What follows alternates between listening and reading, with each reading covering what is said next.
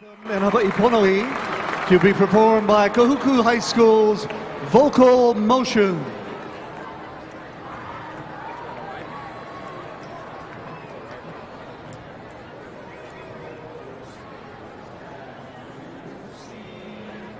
By the dawn's early light, what so proudly we hailed at the twilight's last gleaming, whose broad stripes and bright stars through the perilous fight o'er the ramparts we watched were so gallantly streaming, and the rocket's red glare, the bombs bursting in air, gave proof through the night that our flag was still there.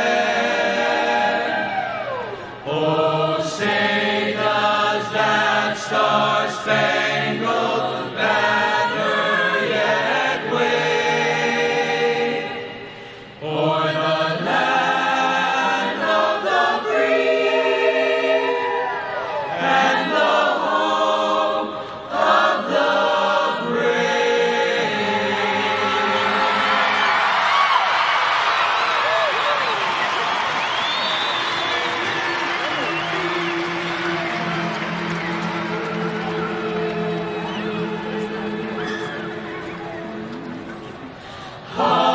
Hawaii pono'i nana'i komo'i kalani ali'i ke ali'i makualani e kamehameha e nakawa e pale mekaihe makualani e kamehameha e nakawa e pale mekaihe.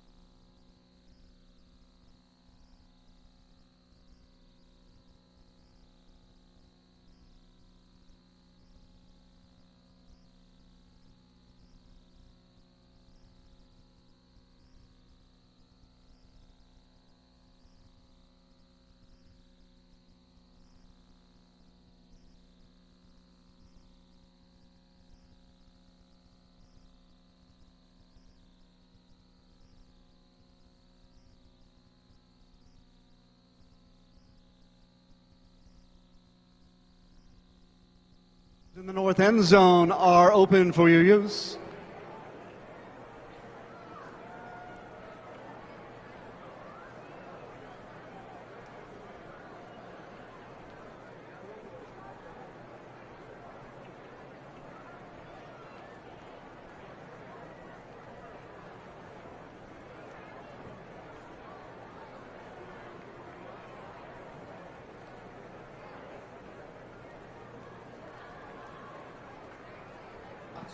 Your attention, please. Francis Matsunaga, please report to the information room.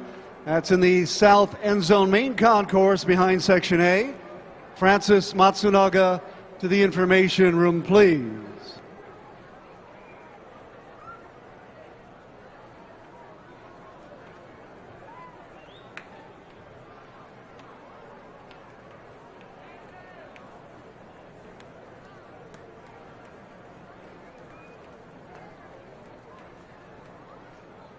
Football fans, at this time we introduce the starting offense for the OIA champion Kahuku Red Raiders. On the offensive line, number 56, Justin Abergano. Number 58, Ross Solanoa. Number 63, Latu Tupo. Number 69, Pele Avea. And number 79, Ken Levi. The tight end is number 80, Devin Unga. At running back, number 30, Molosi Teo. At running back, number 31, Kamuela Alisa. The quarterback is number 11, Cowlin Krebs. At wide receiver, number 1, Redmond Tudor. And wide receiver, number 8, Jason Evans. And head coach, Sioaki Levi, and the rest of the Kahuku Red Raiders.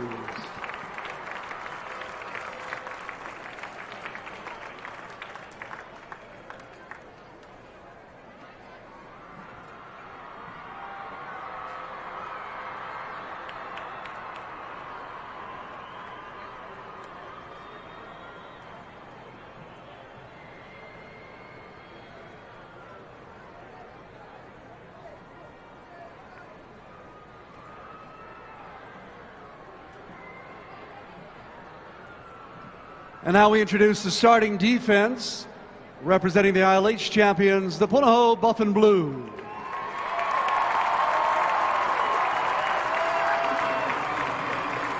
On the defensive line, number 88, Mike Exdahl. Defensive line, number 90, Jonathan Overton. And on the defensive line, number 79, Will Tafolo. Linebackers, number 13, Frederick Rolfing. Number 14, Adam Morris. Number 9, Stephen Danaway. Number 20, Keoki Hong. The defensive backs, number 16, Dane Costa. Number 7, Jay Angati. Number 15, Micah Murashige. And number 17, Sam Higgins.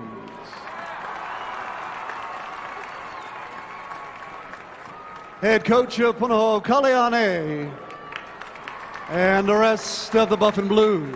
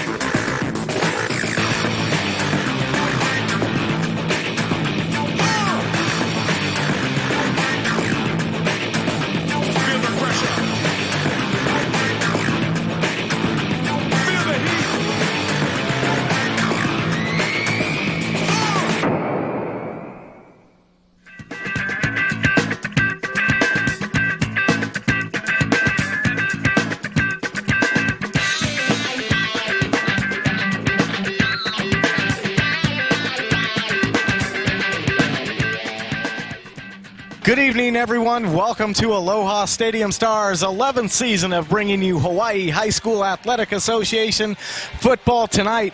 The first Hawaiian Bank State Tournament final between the Kahuku Red Raiders from the North Shore and the Punahou Buff and Blue of the Interscholastic League of Honolulu. Tonight, joining me is Jim Oshiro. I'm Dan Hawkins.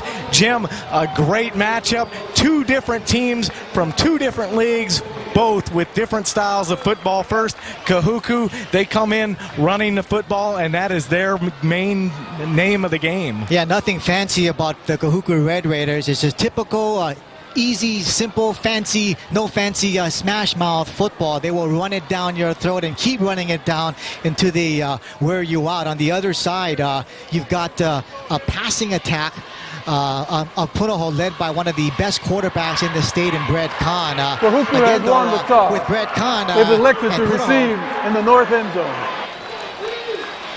Don't get too settled into the passing attack, because when you do, they'll surprise you with a very good running game. Either way, both defenses will have to be on their toes tonight.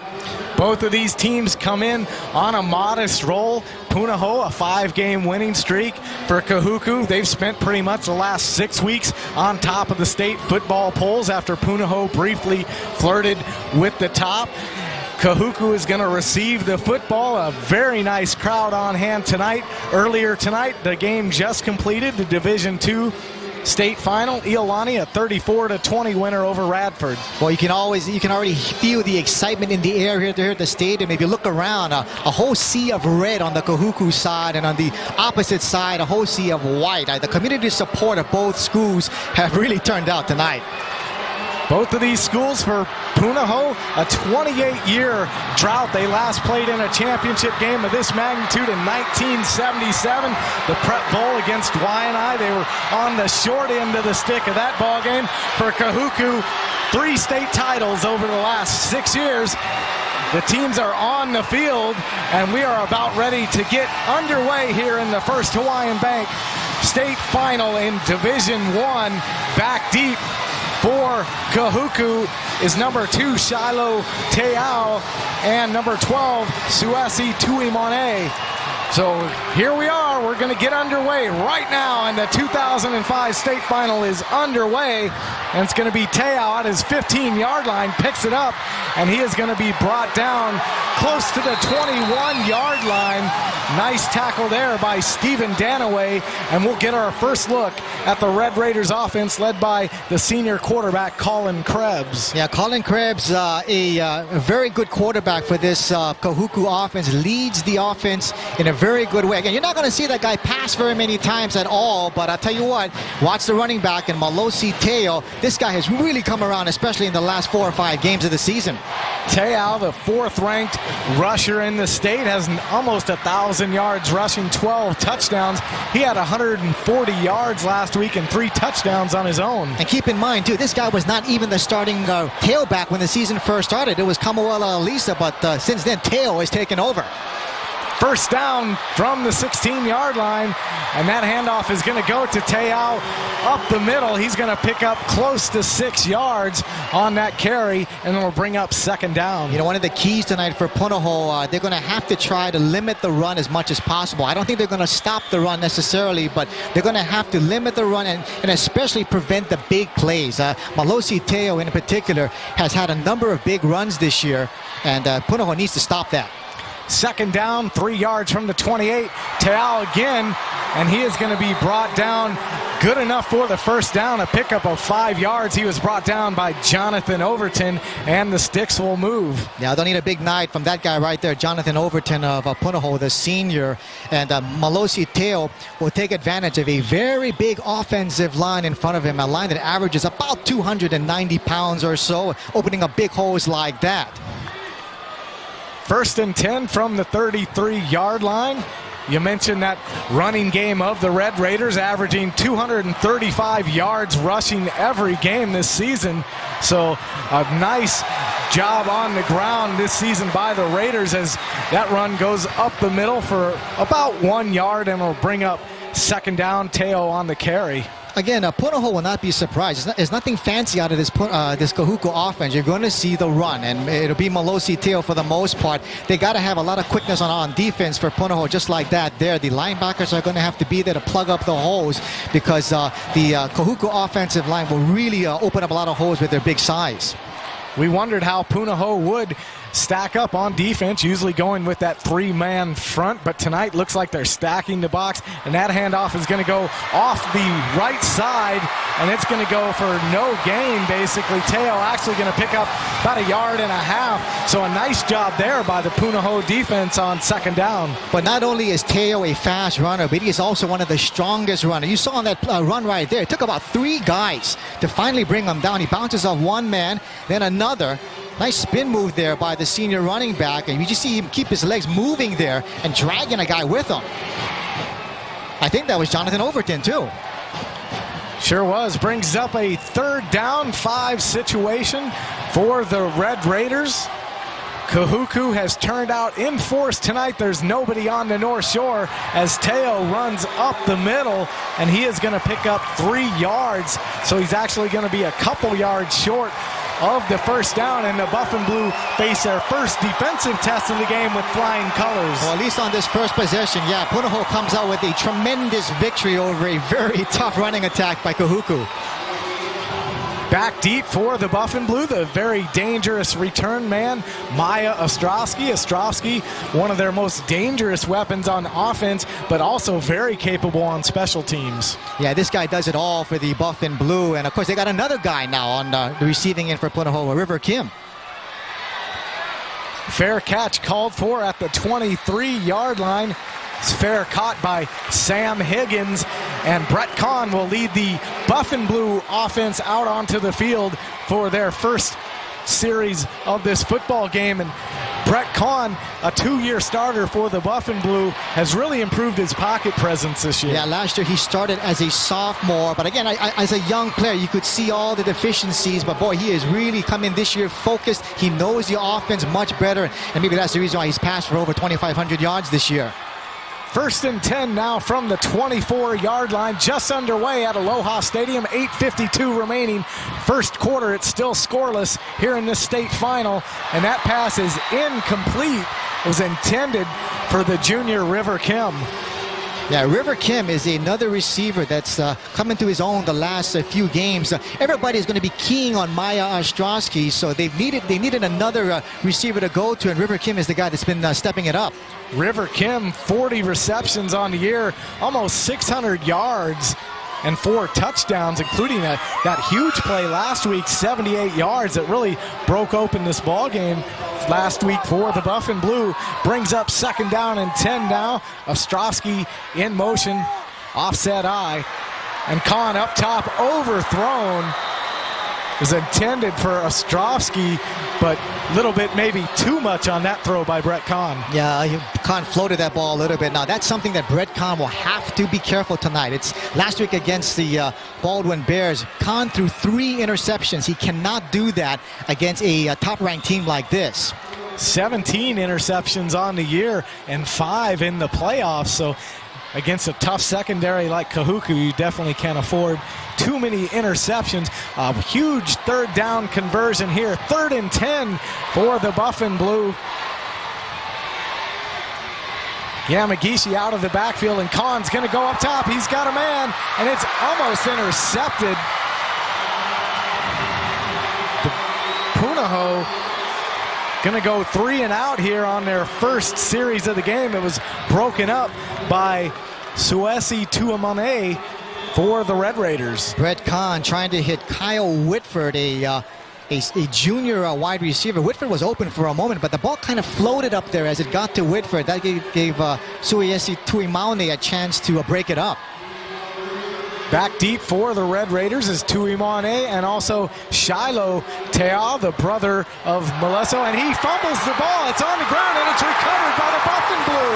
Sam Higgins down on special teams, and the first big break of the game goes to the Buff and Blue, and an unfortunate turn of events for the Red Raiders. Oh, what a turn of events there. Teo let the ball bounce. He let the ball play him, and of course that football with its weird shapes and everything takes all kinds of funny bounces misses sometimes, and it did right there. Teo not able to handle that, and Johnny on the spot, Sam Higgins. What a big turn of events here for the Buff and Blue. Higgins, a big force for the Buff and Blue all season long. So it's first down and 10 at the 34-yard line of the Red Raiders. So the Buff and Blue hand that off to Colin Valoria, but he is stuffed immediately by the Red Raiders on defense. Number 57 for Kahuku was in on the stop. That's James Cabreros. And they were all over that play. And make it Kainoa Carlson on that first run. Carlson, again, we talked about Punahou's passing attack, but again, you got to watch out for their running game. They've actually had a lot more run plays this year. In fact, last week against Baldwin, they had more rushing attempts than passing attempts. Ryan Nobrega has checked into the ball game. He was out early this season, didn't see a lot of action, but that pass is complete to Zach Yamagishi, and he is run out of bounds at the 27-yard line, a pickup of 8 yards. So a nice throw there by Brett Kahn. Yamagishi, the senior receiver, 5'7", 160 pounds. Kahn throwing under coverage there, and Shiloh Teo had to come up to make that play, but you see wide open is Yamagishi. Brings up a short 3rd down and 3 conversion. The second 3rd down conversion of the game for the Buff and Blue. They did not convert on their first one.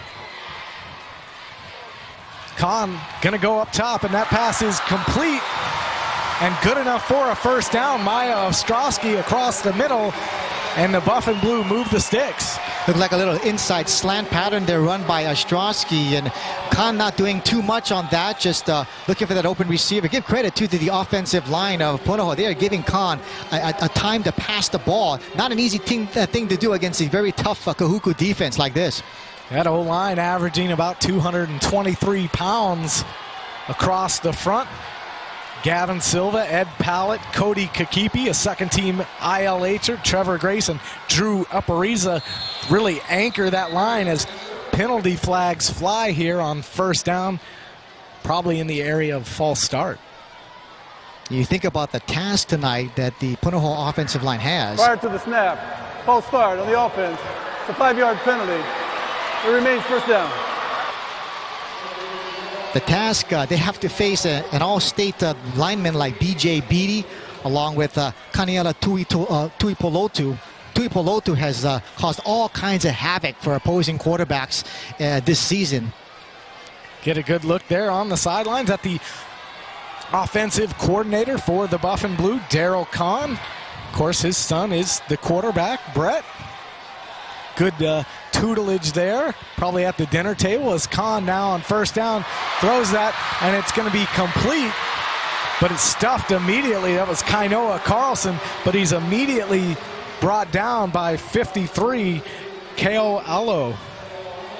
Keo Alo, the senior, 5'10", 250-pound linebacker, able to sniff that play out. That's what made that plays like that has made Punahou very dangerous this year. The running back like Carlson coming out of the backfield to make that catch. Nothing gained on that play, excuse me. Second down 14. They actually pick up 1 yard from the 27-yard line out of the shotgun now. And Kahn gonna go up top, and it's overthrown, intended for Maya Ostrowski. Suesi Tuimane was blanket coverage over Ostrowski. Boy, and Maya Ostrowski made a nice spin move there on Tuimane.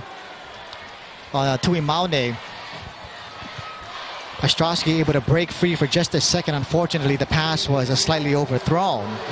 6:11 to go here. First quarter, it's still scoreless between the Buff and Blue and the Red Raiders here in the First Hawaiian Bank 2005 state football final.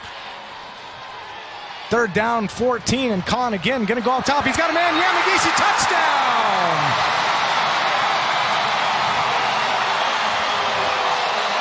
Zach Yamagishi's 5th touchdown catch of the season, and the Buff and Blue jump out on top. And if you read all the newspapers and talked to all the media this week, nobody really gave the Buff and Blue a chance, but here they are starting out on top. And boy, Zach Yamagishi on this play able to split between 2 defensive backs to make that catch and get open. So that big play there with Shiloh Teo not able to handle that punt leads to this Punahou touchdown. River Kim in to attempt the extra point, and it's good. So Punahou at the 6:04 mark of the first quarter have a 6-0 lead. That scoring drive, 5 plays, culminates in the 36-yard touchdown pass from Khan to Zach Yamagishi. And the unthinkable has happened for the Red Raiders. They start from behind. You know, it was important for Punahou to score first because everybody is expecting Kahuku to come up with the win tonight. And no question, their favorite tonight is the Red Raiders. So Punahou needs to score, and they need to score a lot of points. They need to keep up with the Red Raiders. Once again, you see that touchdown pass, perfectly thrown pass by Brett Kahn. Now, just to give you an idea how tough it is to score in this Kahuku team, this is a Red Raider team that out of 11 games this year has 8 shutouts. In fact, they've only allowed 46 points all season long, and 23 of those points were in that one loss to Castle. I mean, you divide that per game. You're talking about 4 points a game. That's pretty tough. In fact, their defense last week held Waianae to only 97 total yards and only 34 on the ground. So if you want to get something done, you might have to go through the air. And Waianae is not the easiest team to beat either. They had an excellent year this year, but Kahuku just manhandled them. So the kick is up and goes into the end zone for a touchback, and the Red Raiders will start out at their own 20-yard line, down 7 here, 6:04 remaining first quarter. And with the Red Raiders, you know they're going to run the football, but they're going to try to set up the play action here at some point in this game as well. Well, I don't know what the defensive coaches planned out on the Punahou side, but at least on that first possession anyway, they did something right because they were able to stop the running attack. And again, they need to minimize the run and prevent the big plays. 1st and 10 from the 20-yard line, I formation for the Red Raiders. Te'ao, the fullback, takes it, and he is going to ankle tackled immediately. Sam Higgins on a linebacker blitz was all over that play. Looked like on that one, Higgins was not even touched going right through, but you saw him just streak right in there, and Te'ao ankle tackled right there. Higgins, again, coming out of nowhere to make that stop. They need plays like that from Sam Higgins. They talked about trying to stunt their linebackers to confuse the linebackers and used it to perfection there. A loss of 1 yard on the play brings up 2nd down and 11 from the 19-yard line. Handoff again to Tao, and he's got open room. He's at the 30. He's at the 40, and he's going to be brought down. Nice run by Te'ao. Finally brought down in the secondary by the safety, Keoki Hong. First, give credit to the very big offensive line of the Red Raiders. They opened up that big hole once again for Te'ao. After that, it's all Malosia. As soon as he hits the line there, watch his breakaway speed. That's been the big part for him of his success this year, that breakaway speed. And boy, Kahuku moves the chains well on this on that run there. Buff and Blue very lucky that Keoki Hong got a hold of his footer. That could have been 6. 1st and 10 now. 45-yard line of the Buff and Blue, and Tao again goes up the middle. No gain on that. He might have got 1. We'll see where the spot is. That was actually Camuelo Elisa on his first carry of the game, and you mentioned it before. Elisa started out as the starter. Now, Camuelo Elisa actually was in the top 10 as far as rushers early in the season, but again, towards the tail end, Malosi Te'ao just took over. But you got to give credit to Camuelo Elisa. Good attitude, switched over to the fullback position because he knew that Te'ao was so successful. 2nd down, 9 from the 44-yard line. 4:30 to go, first quarter. Punahou on top, 7-0. Krebs looking to throw it here, and it's thrown a little bit over the head of Devin Unga, the tight end. Keoki Hong was in coverage, but there was no way Unga could get to that. You know, it's one of the few passes, too, you're going to see Colin Krebs throw. That was actually his 10th pass.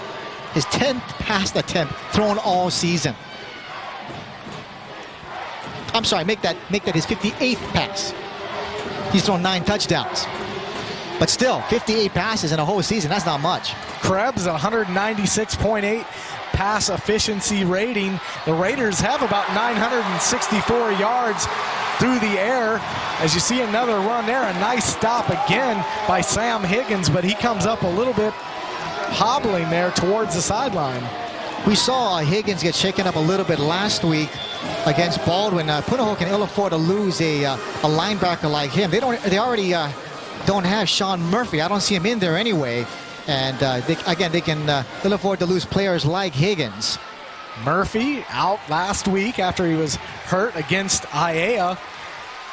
And we have not seen him out on the field, so we do not think that he is playing tonight. However, you see Higgins being carried off the field. You have to hope there it's nothing serious. Head coach Kaliane of the Punahou Buff and Blue in his 7th season as the head coach, and the Buff and Blue making their first appearance in the state tournament as that ball is punted away, and it's going to be taking a Kahuku bounce very close to the 11-yard line where it's down. So a nice job there by the punting unit for the Red Raiders. And now Punahou will get their second chance, and the Buff and Blue defense has done its job so far. Again, another victory for the Punahou defense early here in the game. They're playing very disciplined. They're getting to their spots and making key tackles. 3:47 remaining first quarter at Aloha Stadium. State finals in Division I, the final football game of the season underway right now. First down and Kahn across the middle, and that was intended for number 87, Patrick McFadden. Nice coverage there from Kahuku. Number 26, Chico Ramirez, was all over McFadden. Yeah, Ramirez gave McFadden a nice big aloha on that one at the end there. And well, Chico Ramirez has been a key guy in the defensive backfield for Kahuku this year, the senior, 6 feet, 170 pounds. Second down from the 6-yard line. Offset I formation for the Buff and Blue. And there's a handoff, and it's going to be good for about 2 yards on the carry. Kainoa Carlson, who's really done the lion's share of the ball carrying this year for the Buff and Blue, was the ball carrier. Kainoa Carlson, again, he's made some nice runs this year for the Buff and Blue. Shows the opposing team something different other than just the pass. For as little as the Buff and Blue run, he's racked up close to 550 yards this season, a pretty good total. And he carried him on that drive last week in the third quarter that really opened up that game last week for them in that win. Kahn now looks to throw, and it's in and out of the hands. Maya Ostrovsky. I don't think he was quite ready to catch that football. Looked like it might have been thrown just a little bit behind him, but I think at the same time he heard the footsteps of Chico Ramirez coming up from the side there. And Ostrowski, again, one of the best receivers in the state, if not the best, not able to handle that pass. Kioki Hong will be in to kick it away. Shiloh Tiao and Tuimane back deep for the Red Raiders. Looks like they're going to get pretty good field position, but a nice punt by Hong and a dangerous pickup there by Tuimane. That's kind of dangerous ground considering the earlier play. Yeah, Tuimane perhaps should have let that ball alone there and just get away from it after that last punt from the last time when Punahou marched on to score after that. 2:45 to go here in the first quarter at Aloha Stadium. Pretty interesting game so far. We've pretty much seen what we thought we would see. Kahuku running the football, Punahou trying to throw the football. Well, in spite of the fact, too, Dan, that Punahou scored first, you don't see any panic on the Kahuku side. They are very, very experienced when it comes to championship play. A veteran football team, to be sure, coached by Savaki Levi, and that handoff is going to go up the middle.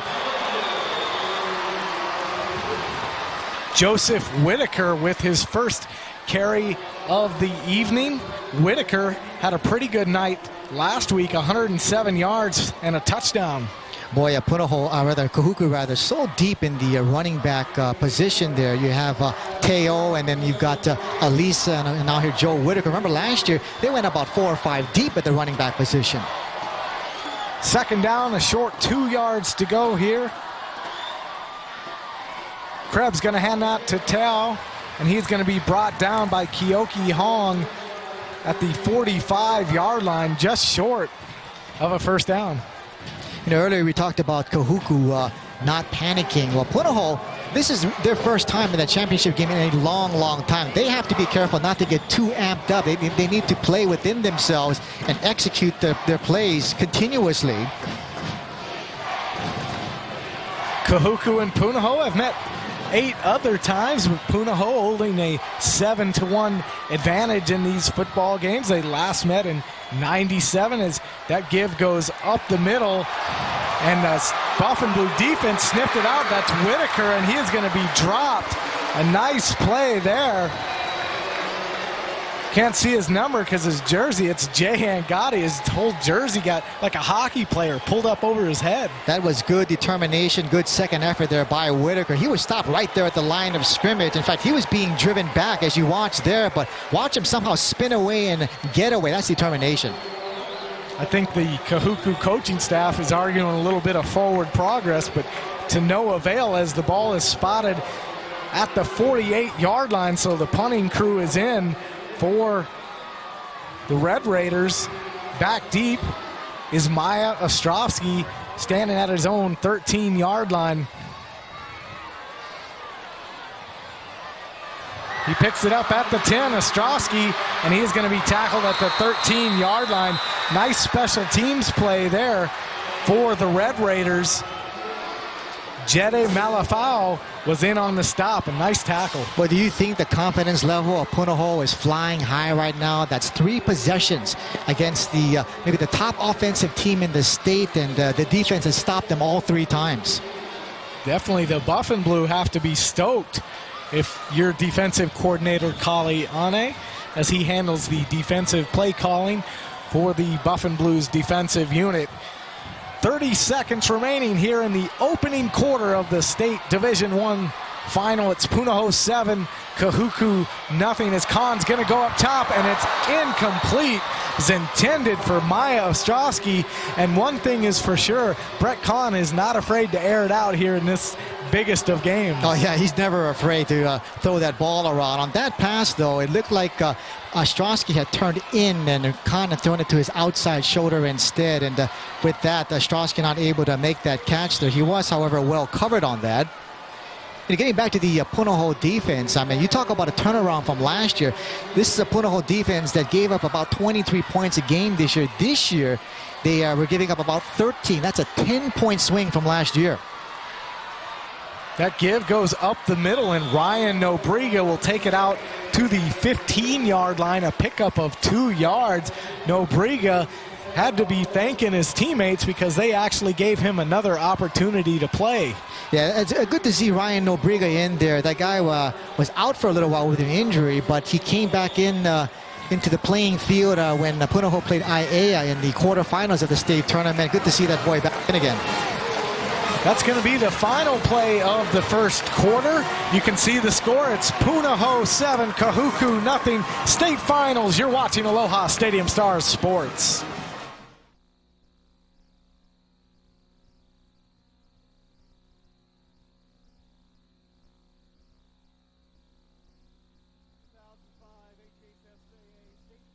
Championships are brought to you by First Hawaiian Bank, where the power of yes is the power of possibilities. I see you, I see you, you see me, and all the world can see that we should be together, yeah, yeah, yeah. December at Aloha Stadium only means one thing, the state finals, and tonight a great matchup, Kahuku and Punahou. Start of the second quarter, Punahou on top, 7-0 over the Red Raiders. Dan Hawkins alongside Jim Oshiro. And Jim, this game pretty much what we thought it would be, but the Buff and Blue defense has really been the story of this football game. Yeah, I know. Obviously, Punahou was ahead 7-0, but they no doubt won the first quarter with all those defensive stops there. Kahuku, a very tough team to stop on offense. They've done it 3 times, though. Khan now rolling out, has that pass incomplete. It was intended for Maya Ostrowski, and darn lucky it didn't get intercepted. Yeah, once again, you see a pass there from Khan to Ostrowski, and again, Khan just missing, hitting Ostrowski. So those two not quite yet on the same page yet, but that'll happen soon enough. Keoki Hong will bring out the punting unit once again. Another good opportunity for field position. An injury update. Sam Higgins went to the locker room with his knee all wrapped up. That could be a huge loss for the Buffalo Blues. Hopefully it's not that serious. They need Sam Higgins. Hong gets off a nice punt there and takes a little bit of a buff and blue bounce as good special teams coverage, and it rolls out of bounds at the 41-yard line. So Keoki Hong does his job, but we do have a penalty flag down on the field. And on that punt, Suiesi Tuimaune doing the right thing. I'm sure the coaches talked to him to just get away from that football. Well, it had disastrous results early in the first quarter and led to the Buff and Blue really being in business. Yeah, regardless, too, Kahuku was going to have pretty good field position. Some of the first quarter stats as we wait for the crew to work out. Total offense, 43 yards for the receiving Buffalo. team. 10-yard penalty on the end of the run. It'll be first down, Kahuku. So Kahuku takes a penalty and backs him up to the 30-yard line. So a nice little break there for the Buff and Blue. In fact, Kahuku actually has about 20 more yards in offense. So we have not really seen a lot of offensive fireworks that we thought we might. First down now for the Raiders, and that's going to go up the middle, pickup of 2 yards. Tao on the carry. Well, we'll see if Kahuku has made some kind of adjustment on offense. Kind of funny saying that when you think of the kind of running attack that Kahuku has, but Punahou has really done a job on them so far tonight. Keoki Hong has done his job. 2 punts averaging 42.5 yards. So a nice job there as that really pushed the Red Raiders back. We've seen 5 punts tonight, Jim. Can't give credit to the defenses of both sides. Second down and 7 from the 34, and that's caught. And that's still on his feet. And he's finally going to be brought down. Kamuela Alisa was the man who caught the football. And boy, I tell you what, Dan, Kamuela Alisa is going to have a talk with his offensive lineman there, Pele Avea. Avea is the one that actually knocked Alisa down. Alisa coming out of the backfield to make that catch from Krebs. And again, you see what a dangerous runner Alisa is. No wonder he was such a tough runner earlier this year. But watch from behind there, Avea coming in to knock him down. He was just trying to play a block for him, but unfortunately, he ran right into him. First and 10 from the 48. Tao on his feet. He's got one man to beat. And that's Overton going to drag him down from behind. Jonathan Overton, 245 pounds, drug him down. But inside the 20-yard line, down to the 13, is Tao. A nice run, and the Red Raiders starting to get their running game untracked. Well, again, Dan, as we talked about in the outset, Punahou was not going to really stop the running, and they just have to prevent the big runs. And you give up big runs like that to Teo. That's his second one tonight. You're in big trouble. I formation now. First down and 10 for the Red Raiders. And Alisa going to be tackled. Jonathan Overton in on the stop. Overton, definitely a Division I college prospect for the Buff and Blue. He has been a force this year for Punahou, and on that last play, did you see the foot speed on the defensive lineman, able to drag down Teo from behind? You can definitely see why Oregon State University, former UH assistant Mike Cavanaugh, now the head coach, can definitely see why he has some interest in Jonathan Overton. Yeah, whoever he goes to, he's going to be a good one. Second down and 9 from the 12-yard line. The Red Raiders in the red zone for the first time in this football game. And Tao is upended. A nice play there by the Buff and Blues. Number 78, Will Tafolo, was in on the stop for the Buff and Blue. Got a nice tackle there made by Punahou. Again, Punahou still playing pretty good defense. Looked like Jay Angadi was the guy that upended the runner there. But now the challenge begins for the Buff and Blue. Te'ao now in the I formation. 3rd down, 5 from the 8-yard line. Te'ao going around to the outside, and he is going to be stopped short of the first down. Nice stop by Jay Angadi.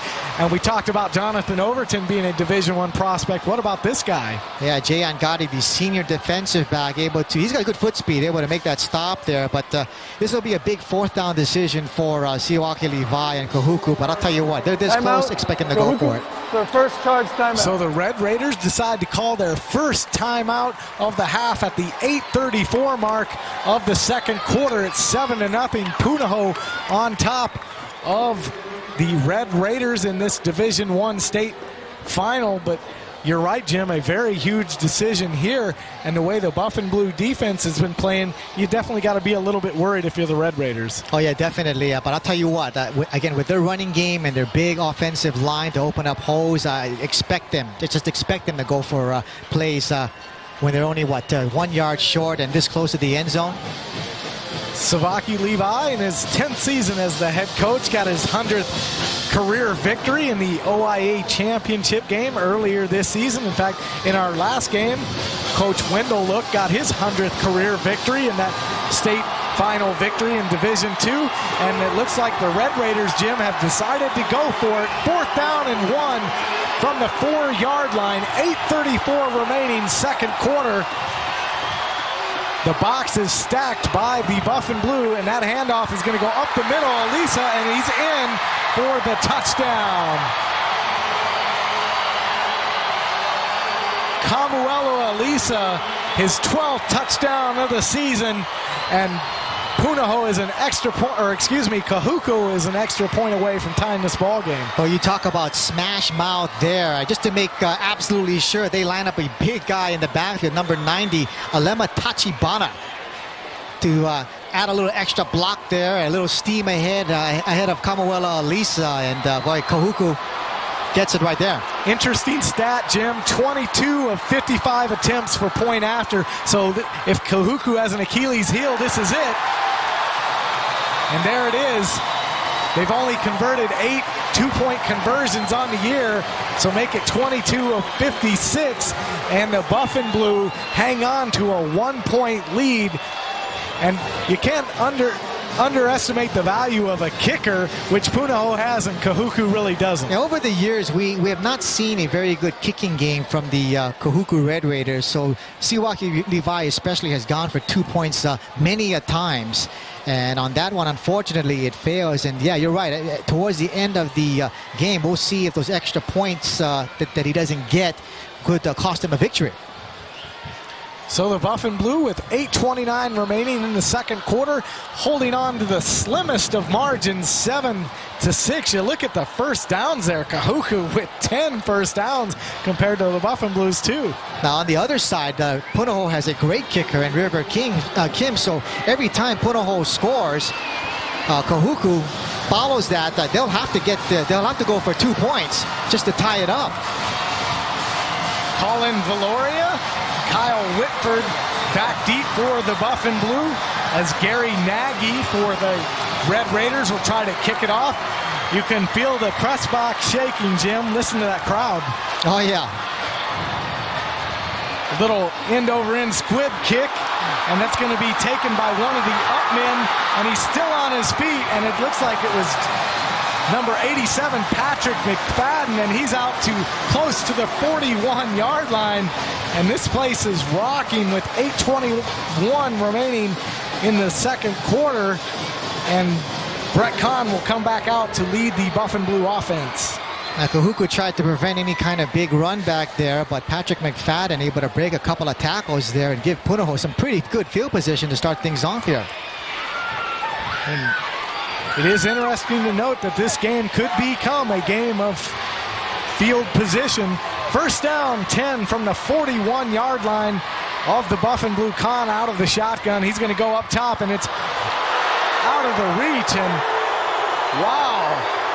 River Kim was absolutely laid out. And there was no way he could catch that football either. Off of Bridenstine, making that monster hit there on River Kim. Off of Bridenstine, another key player on defense for the Red Raiders, the senior, 6'1", 183 pounds, laying the hat there on Kim. Get the license plate number of that truck. I think Kim is still woozy. Second down, 10 from the 41-yard line. ESPN has been following the Red Raiders all week. Hopefully they got that on film as Khan almost has that one go crazy on him, intended for Maya Ostrowski. But Khan really has not looked very sharp so far in the passing game. Yeah, Kahuku, that's their key tonight. They're going to have to put a lot of pressure on Brett Khan, because if Brett Khan gets on, well, I'll tell you, he's going to be one dangerous guy to deal with. But Kahuku, a very, very quick defense, led by BJ Beatty, and also, as we mentioned earlier, Kaniela Tuipulotu, very quick and able to put pressure on the quarterback. Can't forget about guys like Micah Wiley, Malone Fiso. These guys stunt a lot and cause a lot of confusion. As Khan going to go up top, intended for Kyle Whitford, and it's caught. And he's down to the 20-yard line. So just when we say Brett Kahn's not getting it going on the passing game, he throws a nice pass there to Whitford, and it's good for a 39-yard completion. There was some bumping going on there with Kyle Whitford and Suaesi Tuimaune, but just before the ball got there, Whitford able to get some separation and make a nice catch there. So Punahou with a big pass play there, their first one of the game. First and 10 from the 20-yard line. And it looks like there's going to be an official's time on the field. Timeout, Kahuku. And it looks like Kahuku, not liking what they see, are going to call timeout. So maybe just the break that Brett Khan needed to maybe get untracked. And if you're the Red Raiders, you definitely don't want Brett Khan feeling confident. Yeah, you said earlier that Khan was having his troubles feeling comfortable early, but a pass play like that can give you a load of confidence. And watch Brett Khan, I'm sure, pass the ball a lot more with confidence like that. And watch it again. The offensive line are giving Khan excellent time to pass, and Whitford rather able to get just enough separation to make that catch. 7:48 to go, second quarter. Recap the scoring. Brett Khan, that 36-yard touchdown pass to Zach Yamagishi opened the scoring in the first quarter. And then Kahuku answered back with a 69-yard drive, capped off by the 3-yard touchdown run by Kamuelo Elisa, but they missed the 2-point conversion. So we have a 7-6 ball game, 7:48 remaining in the second quarter.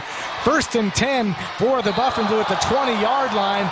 And looks like we've got a player jumping off sides, Joe Fiafili, for prior to the snap, the Red Raiders. On defense, 5-yard penalty. He made first down. Joe Fiafili was the man who jumped off sides. Fiafili, the senior, he's Hawaii's first selection to the U.S. Army All-American Bowl to be played January 7th at the Alamo Dome in San Antonio. Yeah, that's a tremendous honor. A side note, too, that is Kahuku's first penalty tonight. Now, remember, this is a team that had 160 yards in penalties last week against Waianae. 18 penalty flags indeed last week, as Carlson going to take it up the middle, and he is going to be stuffed. Kevin Unga, the 6'2", 222-pound senior, was the man on the stop. And the Red Raiders playing tough here in the red zone. This is where Kahuku's defense steps it up a notch and gets absolutely tough to score on here as Unga comes through there. Boy, such big hits tonight from Kahuku. They've had at least 3 so far here in the first half.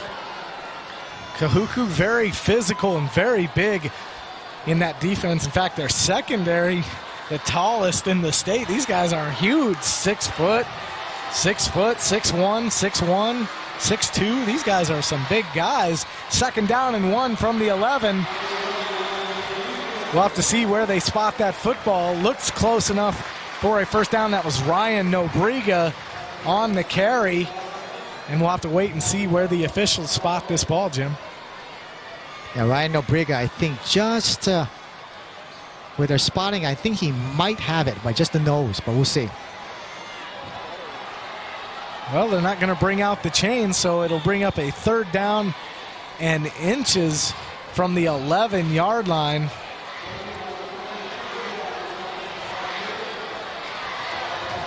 Kainoa Carlson and Ryan Nobriga in the offset I formation for the Buff and Blue. 6:20 to go, second quarter. And that give goes up the middle and good enough for the first down. So the Buff and Blue will have a 1st and goal just inside the 10-yard line. Yeah, nothing fancy there. Khan handing it up to the guy that was lined up front, Kainoa Carlson. And the offensive line opening up just enough to get Carlson through. And that's quite an accomplishment when you're looking at Micah Wiley, Tui Pelotu, Adolfo, Beatty, Fiso. Those guys up front are so tough and big. First down and goal from the 9-yard line. Knocking on the doorstep here with just under 6 minutes to go. And there's movement up front. We'll have to see if somebody was drawn off sides. Kahuku is pointing towards Punahou's way.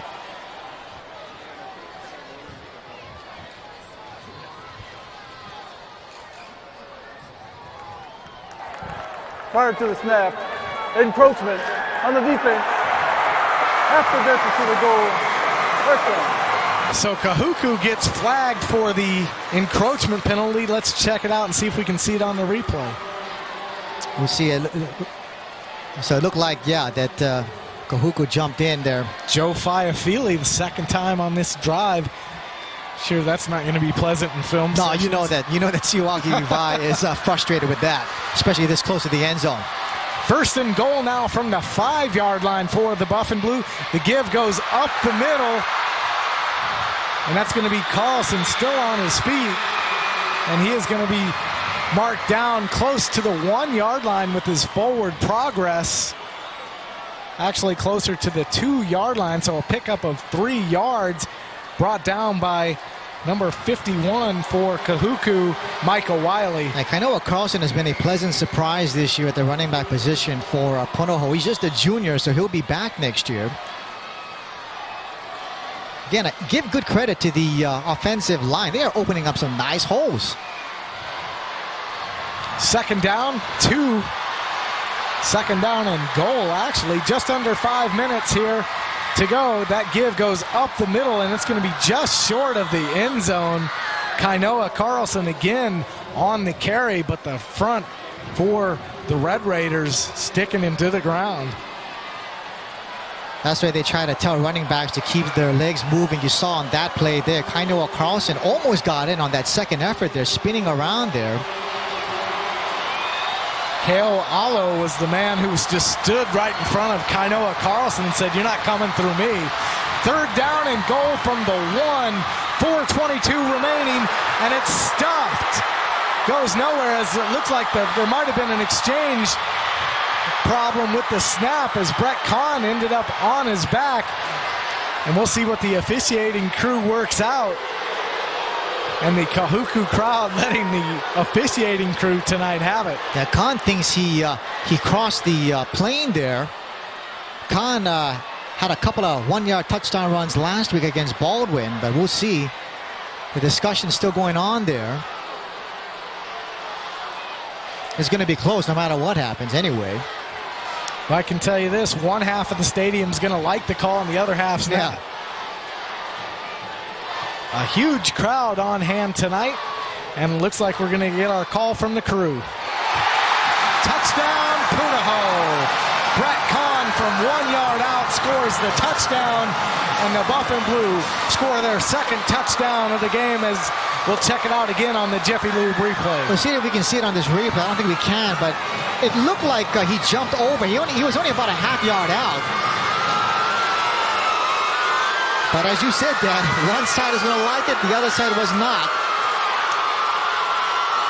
River Kim will come in to try to kick the extra point for the Buff and Blue and give him an 8-point lead if he can convert that scoring drive. 9 plays, 59 Please yards. put 4 minutes on the clock. 4 minutes on the clock, please. So Khan sneaks in from 1 yard out. One thing I do like, though, Dan, in a big game like this, I like the fact that the officials got together and discussed it and finally made a decision. And you saw that last week, too, in the semifinal games here at Aloha Stadium for Division I. And that's definitely good officiating. And, you know, for these kind of games, they're going to bring in their veteran crews. And some more whistles down on the field as we try to get this extra point off. And head coach Savaki Levi is walking out towards the officiating crew. Timeout. He's definitely not happy with the decision here. And there's a timeout on the field as Savaki Levi calls timeout. So Kahuku has no timeouts remaining. Boy, is this Punahou team jacked up or not? In the championship game, their first tournament here, as you see that last touchdown. And the Kahuku side is saying, "My, he did not get in there." Kind of hard to tell on that replay. The crowd, if you can hear them in the background, reacting to the replays on the Jumbotron. Of course, a great job by our Jumbotron crew. I'll tell you what, they get some excellent shots, and to imagine, you think that, you know, most TV crews has about 5 or 6 cameras minimum, but you're talking about a Jumbotron crew here at the stadium that only uses 3 cameras, yet they're able to get such great shots. Many mahalos to you guys out there on the camera crew and in the Jumbotron, providing us outstanding pictures all season long in this, our final game of the 2005 football season. And I know, not just for myself, but for all of the Stadium Stars crew, we really appreciate all of your efforts as well. The referee going to come out as we're going to go ahead and... That was Kahuku's third and final team timeout for the half. So Savaki Levi's arguments must have fallen on deaf ears, and the extra point try by River Kim about to get underway here. 4 minutes remaining in the second quarter.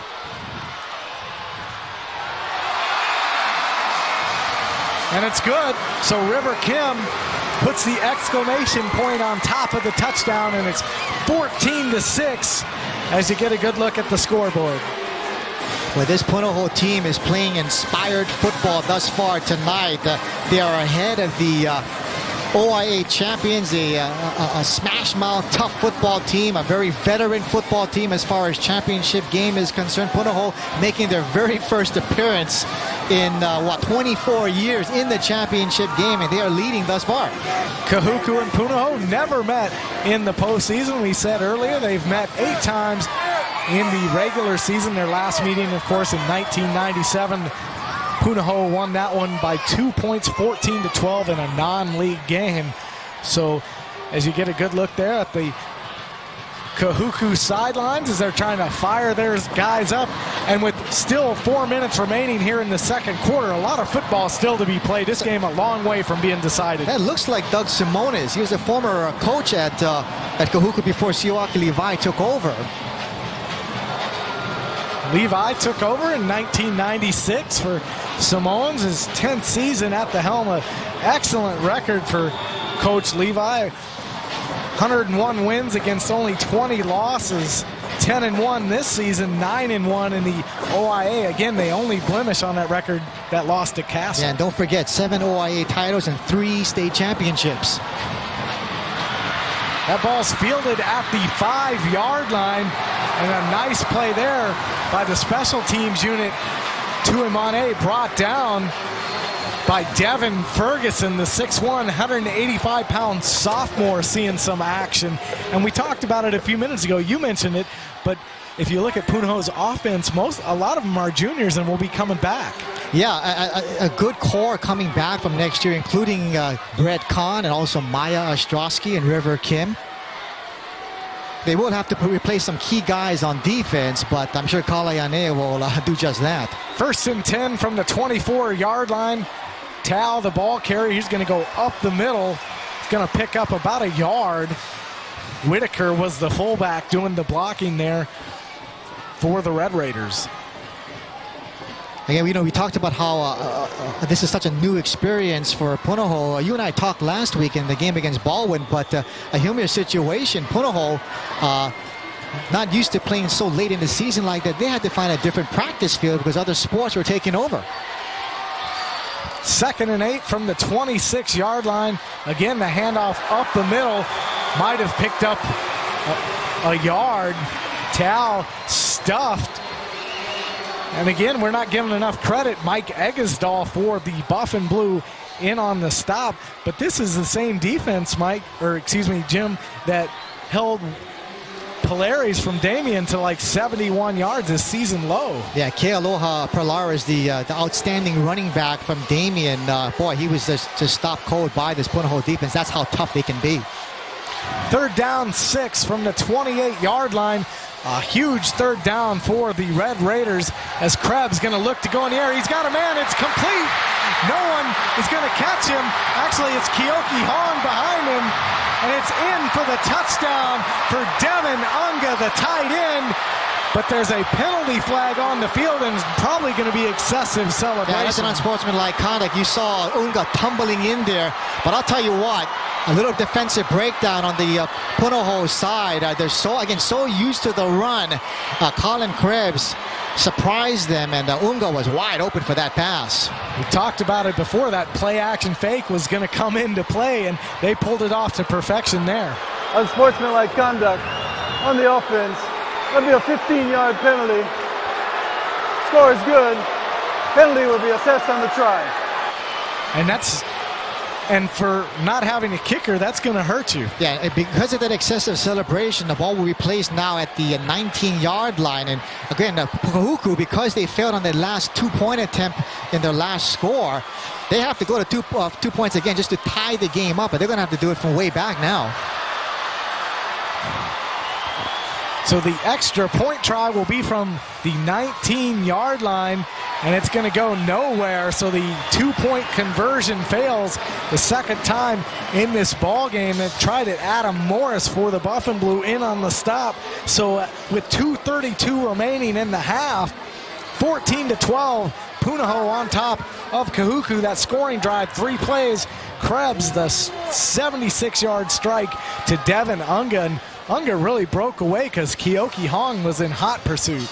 Again, he surprised the Punahou defense on that, and Unga doing a good job to get behind the secondary. And again, he was wide open for that pass play. Now, getting back to the 2-point conversion, that's 2 straight times now that Kahuku has failed. Now, in a situation like that, if Kahuku had some kind of passing game, they might have had a chance to get those 2 points. But when you have really no passing game at all, and just a run, well, it's kind of hard to get 2 points from 19 yards out.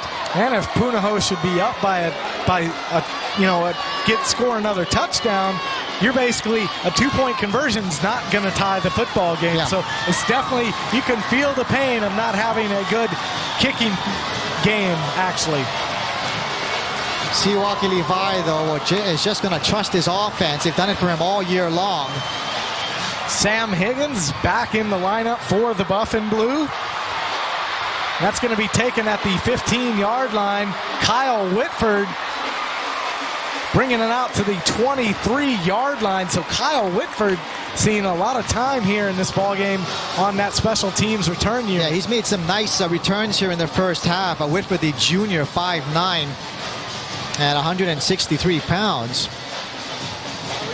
Get a good look there at some of the crowd in attendance here at Aloha Stadium. You're looking at the Punahou side of the field, all clad in white. If you looked across the way, as we can see from our vantage point up here in the press box, it's a sea of red throughout that side of the stadium. As Khan going to throw, and it's complete and in and out of the hands. Kyle Whitford looked like he had it for a moment and then dropped it.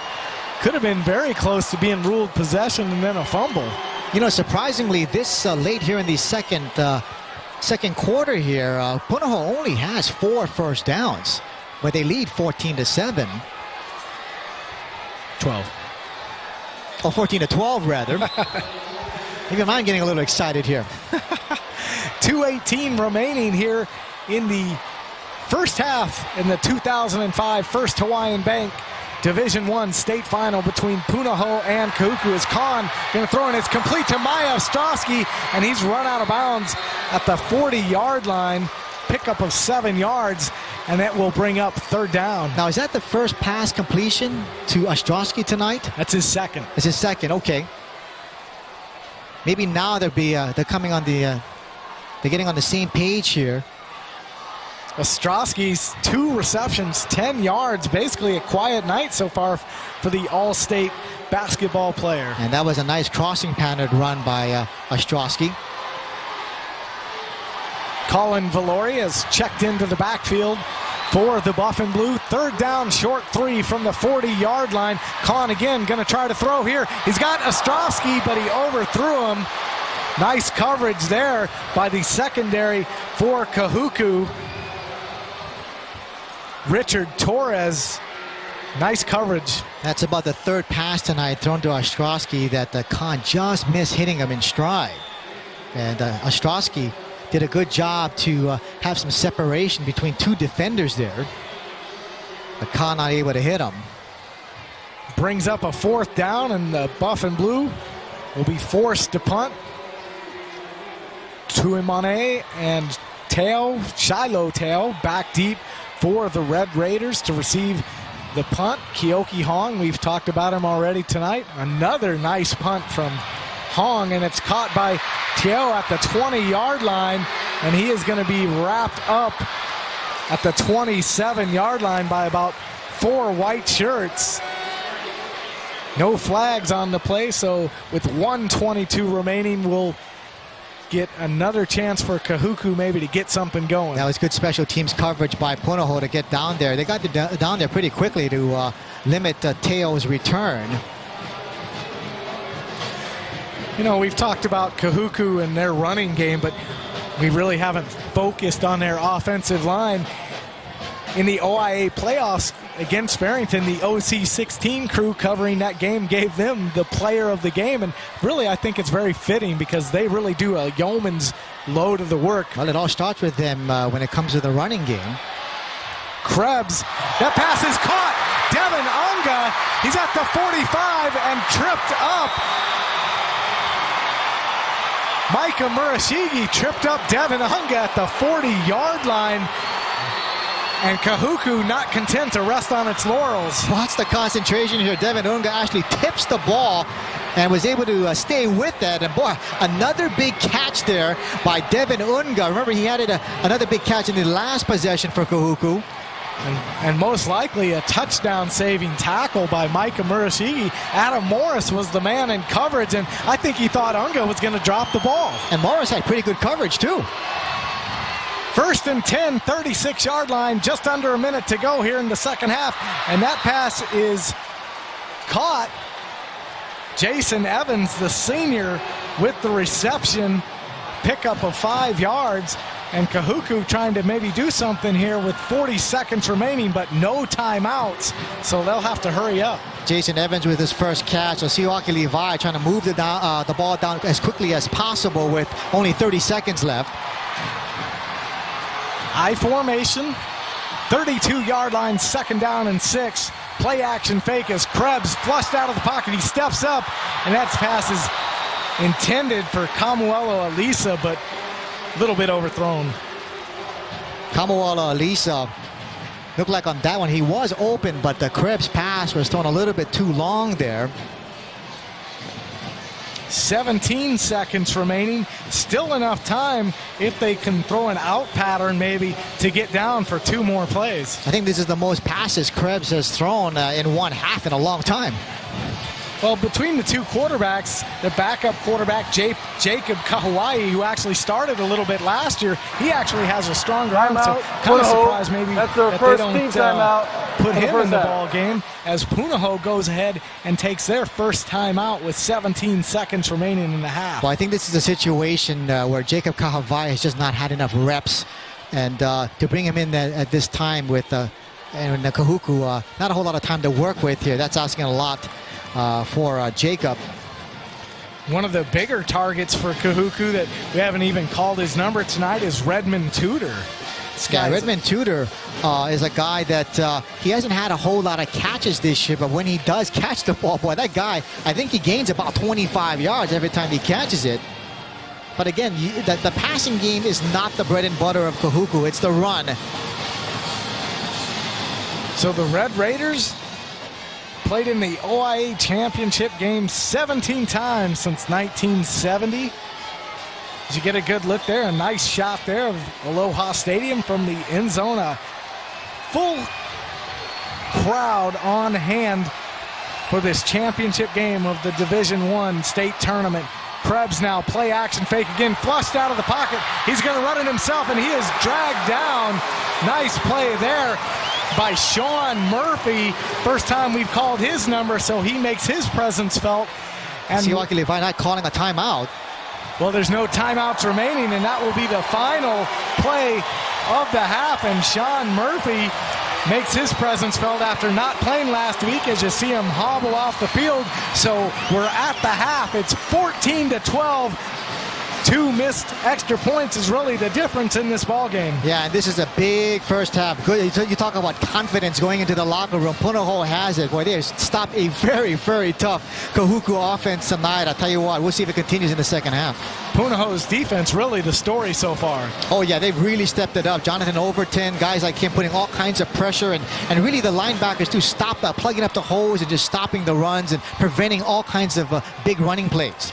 So you look at the scoreboard, a 2-point lead for Punahou in this, the first Hawaiian Bank Division I state final between the Red Raiders and the Buff and Blue. For floor director Don Belena, my partner Jim O'Shero, I'm Dan Hawkins saying stay tuned, second half's coming up. You're watching Aloha Stadium Stars Sports.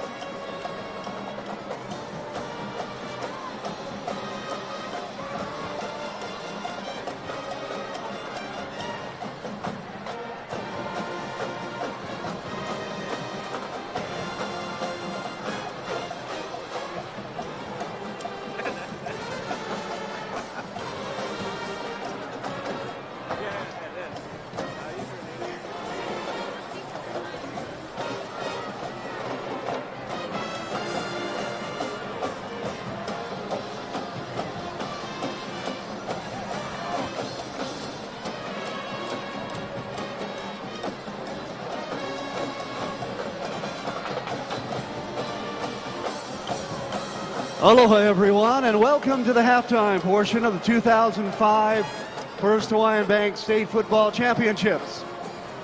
Let's all give up some aloha for all the football players and coaches who have worked so hard all season. And 3 extra cheers for tonight's competitors, Kahuku and Punahou.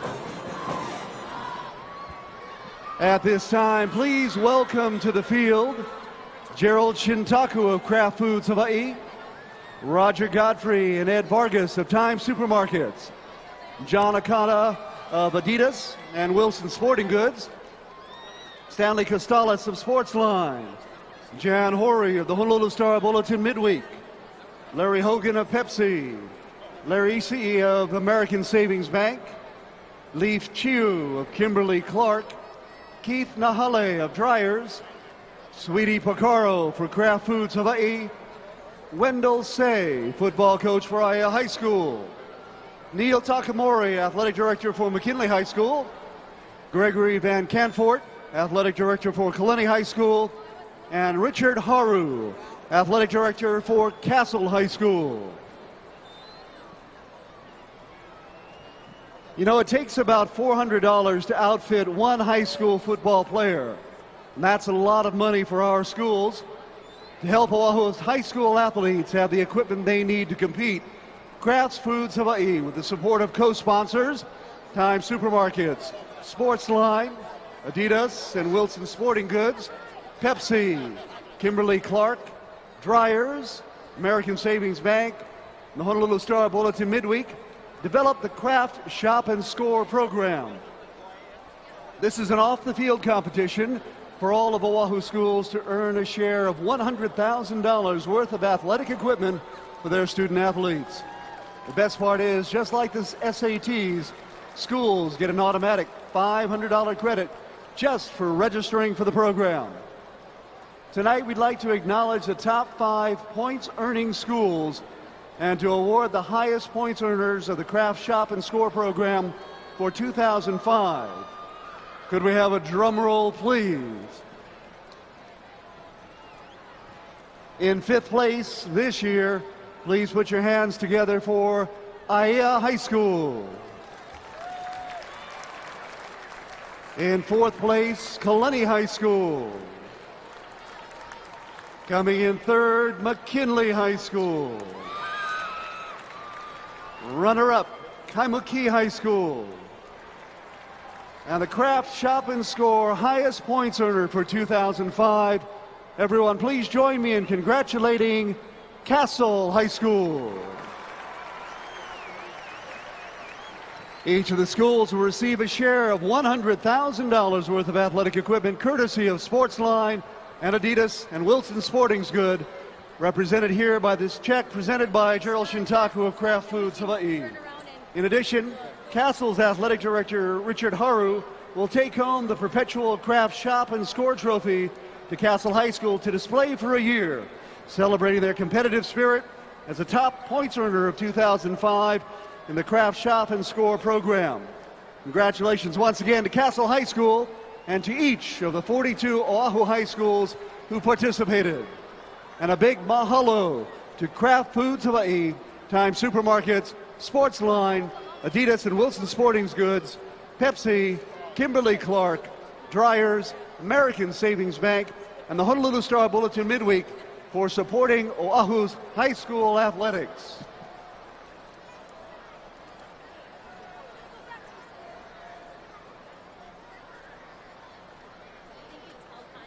And now for our halftime entertainment, we present to you the Kahuku High School dance team.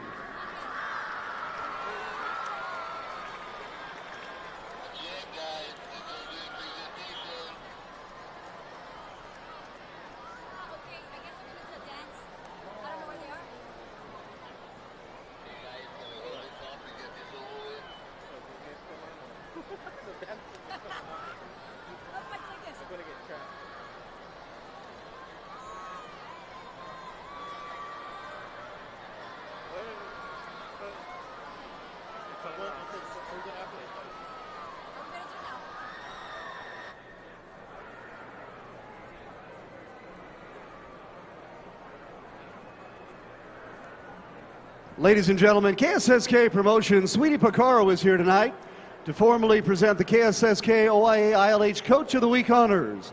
Tonight she'd like to honor 2 of Kahuku High School's outstanding coaches.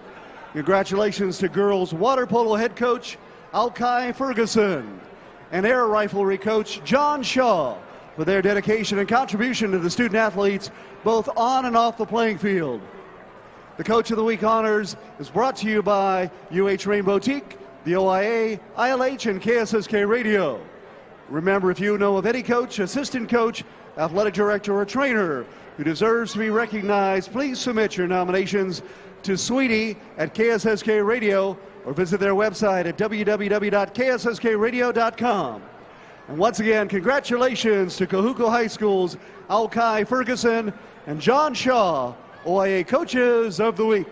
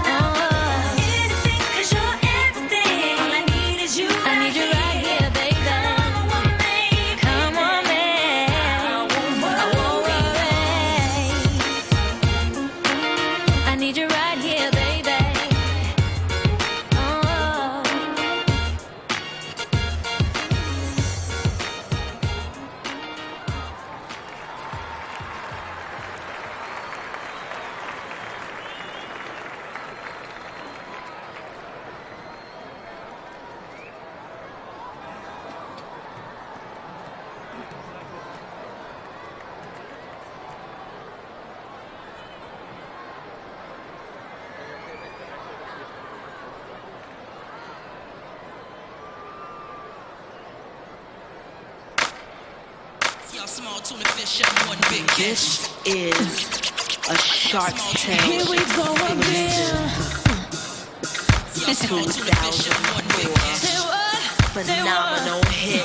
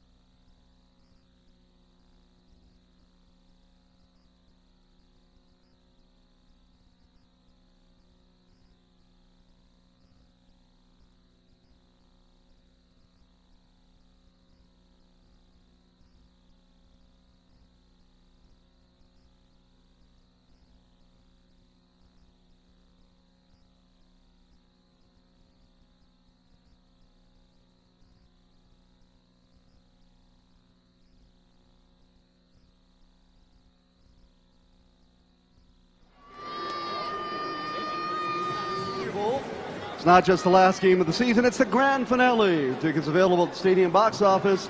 General admission $5. 6 years and under, free.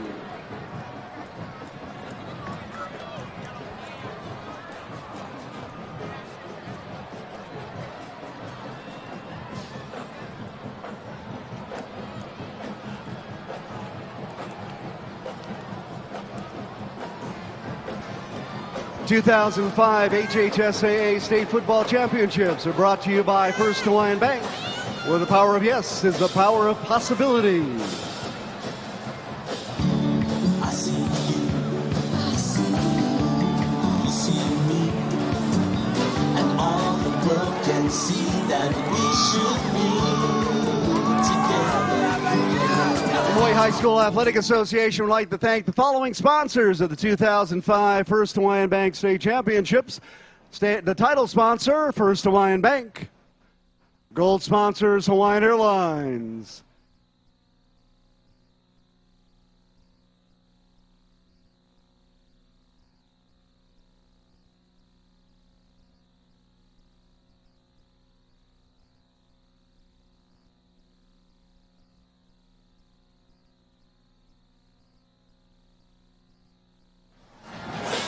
a thrilling first half between Punahou and Kahuku here in the HHSA, First Hawaiian Bank State Football Championship. How's it, everyone? Kevin Hashiro along with Donald Belena.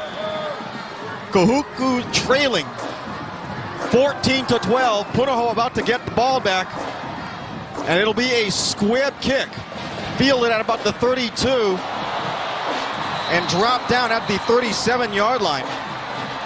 Patrick McFadden, we saw him return a kickoff on a squibber for about 15 yards in the first half. Donald Belena, a lot of people say what a shocking first half with the Punahou Buff and Blue grabbing a 14-12 lead. Your assessment?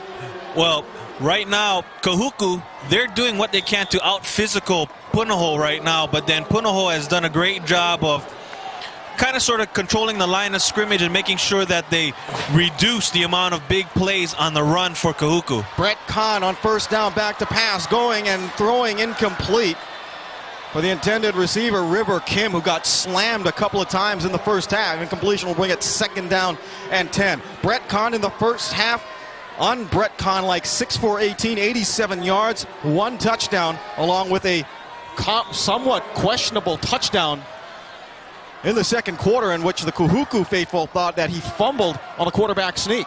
Officials ruled he was in, broke the plane.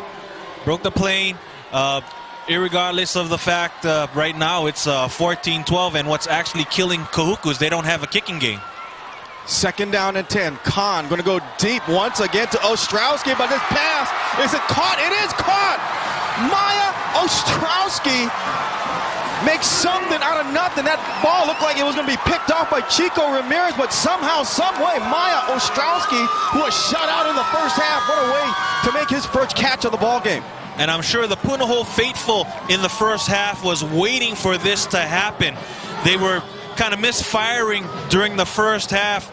Kahn going high, Kahn going low, Kahn going wide, but on that particular play right there, Ostrowski and Kahn, for one of the few times this evening, actually got to connect for positive yardage. The third time, only the third time, and at that point, that was the first time they... 5-yard penalty, first down. First time they ran off a big play.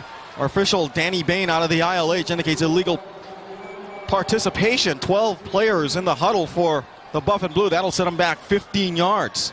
So first and 15 coming up, ball settled at the Red Raider 41-yard line. And this is a Kahuku offense, Donald, that has not been intimidated by this pretty sensational Kahuku defensive front, which has recorded a total of 8 shutouts this season. Kahn on first and 15. Back to pass, going over the middle to Ostrowski. One-handed catch, but the officials say that he had stepped out of bounds before making the catch. The incompletion will bring it second down and 15. So it kind of looks like during halftime, Coach Ane is trying to make a concerted effort when they go on offense that Brett Kahn and Maya Ostrowski kind of establish themselves as a force on offense. And a couple of times now they're trying to stretch the defense, and on that time it was just that Kahn ran out of real estate and had the out-of-bounds line to contend with. Ostrowski lined up to the top of your screen. That's Kim in motion. Second and 15. Kahn going to go deep, going for River Kim, who dives, cannot come up with the football. River Kim, who has come up with several big catches, and now a late flag thrown on the Punahou sideline. Zach Yamagishi clapping his hands, and we got some kind of penalty against the Red Raiders, Chico Ramirez. We're going to see if it's some kind of roughing, because you see Kahn kind of limping toward the sideline. There is Brett Kahn. You can see him flexing that left knee. Officials are still conferring. Here is Danny Bain. After the play, there was a personal foul on the defense. A 15-yard penalty. They've reached the line to gain with their first down. Boy, that is yet another personal foul penalties, and Donald, personal fouls have absolutely killed Kahuku here in this contest tonight. Well, to Kahuku's credit, I mean, considering what happened last week against Waianae, this is pretty mild what's happened. I mean, I think this is only about the third or fourth penalty all night. In the first half, they had a couple of offsides that kind of rejuvenated drives for Punahou. So the personal foul, give him an automatic 1st and 10. Carlson trying to cut in, and Joe Fiafili, who wears number 97, normally wears number 55. They're converging on the stop. Fiafili, one of the best in the OIA on that defensive front. Short gain will make it 2nd and about 9. Officially, it'll be 2nd and 10. You see how Fiafili controls the middle of that line of scrimmage. He lines up at the nose guard position, takes care of the center, and gets to the ball carrier. What a battle that is. Cody Kikipi, an outstanding center, lined up 1-on-1 against the nose tackle Fiafili. They've gone at it all night long, tooth and nail. 2nd and 10. Khan dropping, has time, fires, completes the pass. River Kim has it inside the 25 before he is shoved down by Kaleo Spallone. Pickup of about 4 will bring up 3rd down. One thing for sure, when you're a Punahou receiver, when you go toward the middle of the field, you got to be very, very wary about these defensive backs, because they will let you feel what it's like to catch a ball in their area. Off of Bridenstine, remember in the first half, laid it, big time hat to Kim. 3rd and 8 officially as Khan drops back, steps up, firing to the end zone. It is off the head of Saulo Purcell, intended for Kyle Whitford. Whitford was kind of surprised. He turned around and all of a sudden here comes that pigskin. Incompletion brings up 4th down. And again, Khan not himself. I mean, he's been misfiring a lot, and it's been pretty much the staple of the whole playoffs for Brett Kahn. So on 4th and 8, they're going to go for it instead of going with the very reliable River Kim as the place kicker. 4th down. Khan back to pass, going to the end zone, incomplete. So the ball will be turned over on downs as Kyle Whitford was the intended target off of Bridenstine on the coverage. So the ball turned over on downs, and Kahuku will have it for the first time here in the 2nd half. Again, Khan, as his troubles has been throughout the playoffs, he's been absolutely misfiring. Again, as you mentioned in his halftime stats, he's only been about 33%, and that's not going to get it done. So the Kahuku rushing attack, which has only 14 yards in the first half combined out on the field.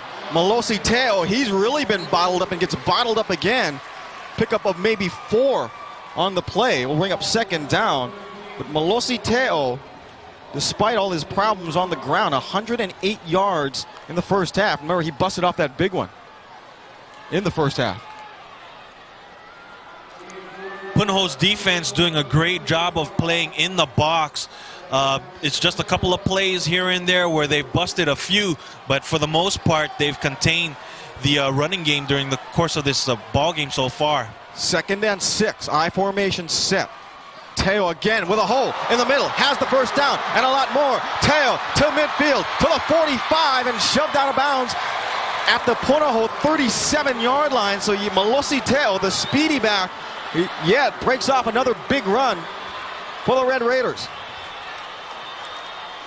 To the credit of the Red Raider coaching staff, I mean, they get bottled up here and there, but then, you know, they're waiting for that one play where they bust it wide open, and Teo, he just goes unmolested on the left-hand side between the center and the guard, and he had all kind of real estate. 38 yards on the gain, 1st and 10 from the 34.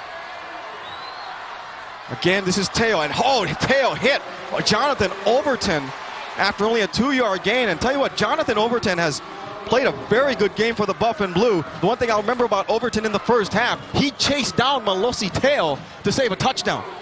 And you called it right there, Kevin. Overton, I mean, he's been pretty impressive. I mean, he's one of the stalwarts on that defensive line, and he possesses quite a bit of speed. And as you mentioned, he ran down Teo, and he was actually 3 or 4 yards in back of him. One of the highly recruited players in the state.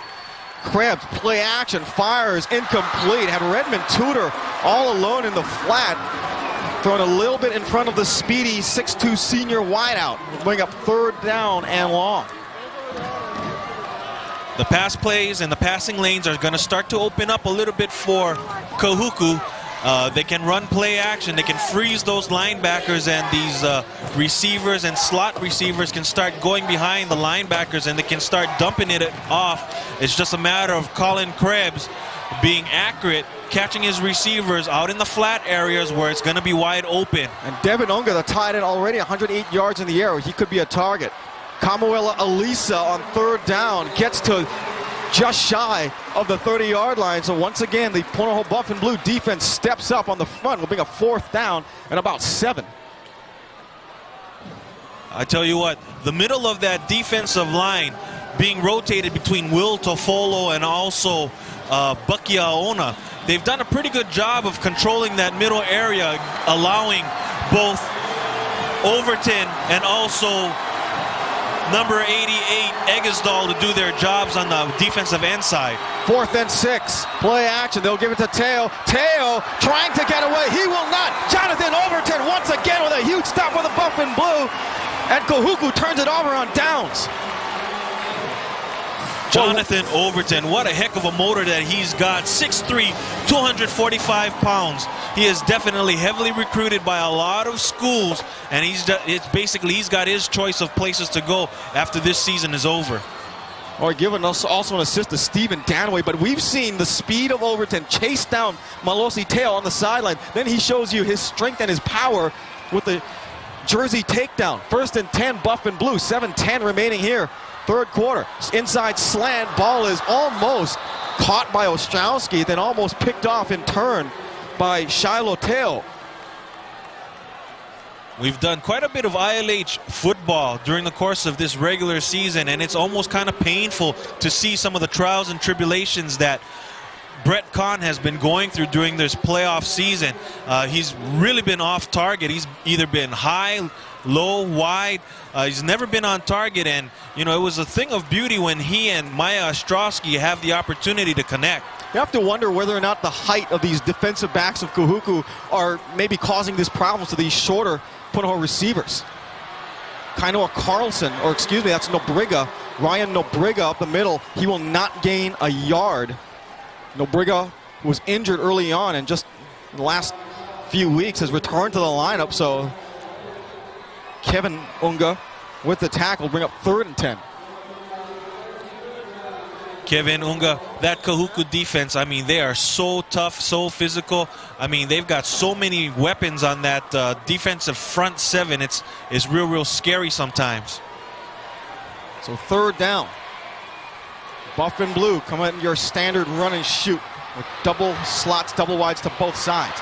Kahn with a 4-man rush, steps up, fires. It is caught by Ostrowski, but just shy of midfield. He's going to be about 2 yards shy of the 1st down. Ostrowski needed to run that little out pattern 5 more yards downfield. Then he'll pick up the 1st down. Well, it's the way that the ball was delivered also. He was past the 1st down marker. As we take a look at it here toward the end of the play on the Mountain Dew replay, we see that Ostrowski actually had to come back for the ball. So he ran his route past the 1st down marker. It was just unfortunate again that Brett Kahn's kind of misfiring and fell a little bit short on that 1st down. 4th and a yard, and Punahou is going to think about going for its own 39-yard line. The Buff and Blue will call its first of 3 timeouts with 5:51 remaining here in the 3rd quarter. The Buff and Blue with a 14-12 lead, and so far, you mentioned, Donald, that Punahou's offense has been somewhat controlled, but it's just a lot of the mistakes that we saw Kahuku make that has resulted in a 14-12 lead for the Buff and Blue. Well, one of the biggest surprises already, as mentioned by our first half crew, I mean, this is one of the few times anyone has scored on this Kahuku defense. I mean, we've got 12 points on the board. That was from the 1st half. I mean, you were lucky. I mean, with all the shutouts that these guys put up on the board, and partially due to that person right over there that we saw on top of the on the screen there, Doug Simones, the former head coach, the immediate predecessor to Siwaki Levi. So the decision has been made, and Kahuku is going to roll the dice on 4th and 1 from his own 39. Play action, swing pass to Carlson, who can't make the catch, and Brett Kahn had nothing but green. Excuse me, that might have been Colin Valoria, who's the intended target, but that pass was off the mark. Had that pass been on the money, Valoria's running down the sideline. Oh, and you could just feel the wind kind of come out of the coaching staff of Punahou when they saw that it was so perfectly set up. They ran the play action. He ran into the flat area where it was absolutely vacated. All Kahn needed to do was place it right into the receiver's hands. So 1st and 10 for the Buff and Blue. Left side, Teo bouncing, gets past one, has the first down, driving and riding another Buff and Blue player down to the 20-yard line. Another big run for Malosi Teo, a 5'9", 185-pound senior. So it looks like during halftime, Coach Levi and his offensive staff made a concerted effort to try to see what they can do about busting Teo loose. And we've seen so far in this 3rd quarter, he's busted some big runs. 1st and 10 at the 20. Teo again, this time from the right side. Teo trying to get to the perimeter, but a sensational man-to-man tackle made by the linebacker Kyoki Hong. Teo will lose about a yard. We'll bring up 2nd and 11. Hong doing a great job of pursuit and then finally breaking down and getting at the legs of Teo. We see that the defense does a great job of playing assignment, and they string out the play towards the sideline. So Hong had an assist right there with the sideline, and all he had to do is grab the ankles of Teo to bring him down. Kahuku mentioned that one of the things we have to do to stop him is to take the right angles, and that's what Kyoki Hong did. Joseph Whitaker, who's been playing a lot at fullback, gets stuffed right at the line of scrimmage. Guess who? Jonathan Overton, one of the first guys there, along with Scott Steiner, number 77. Steiner has a little bit of a knee or an ankle or a knee problem that he's been tweaking with the last few days. Jonathan Overton, though, what a monster game he's having. He's really leaving it all on the field tonight. But I tell you what, key 3rd down play for Kahuku, reason being, I mean, for any other school, this would be close enough for a field goal, but because of the lack of the kicking game, you know they've got to go for the 6 points. They've gone to Devin Unga on play action. Unga's lined up as a tight end on the right side of the formation. Krebs dropping, inside slant, caught by Redmond Tudor. Tudor close to a first down, but where the officials are going to spot it, he's going to be shy of the first down. And they're going to say that Tudor fumbled the football, and Punahou has it. Jay Ungadi on the recovery.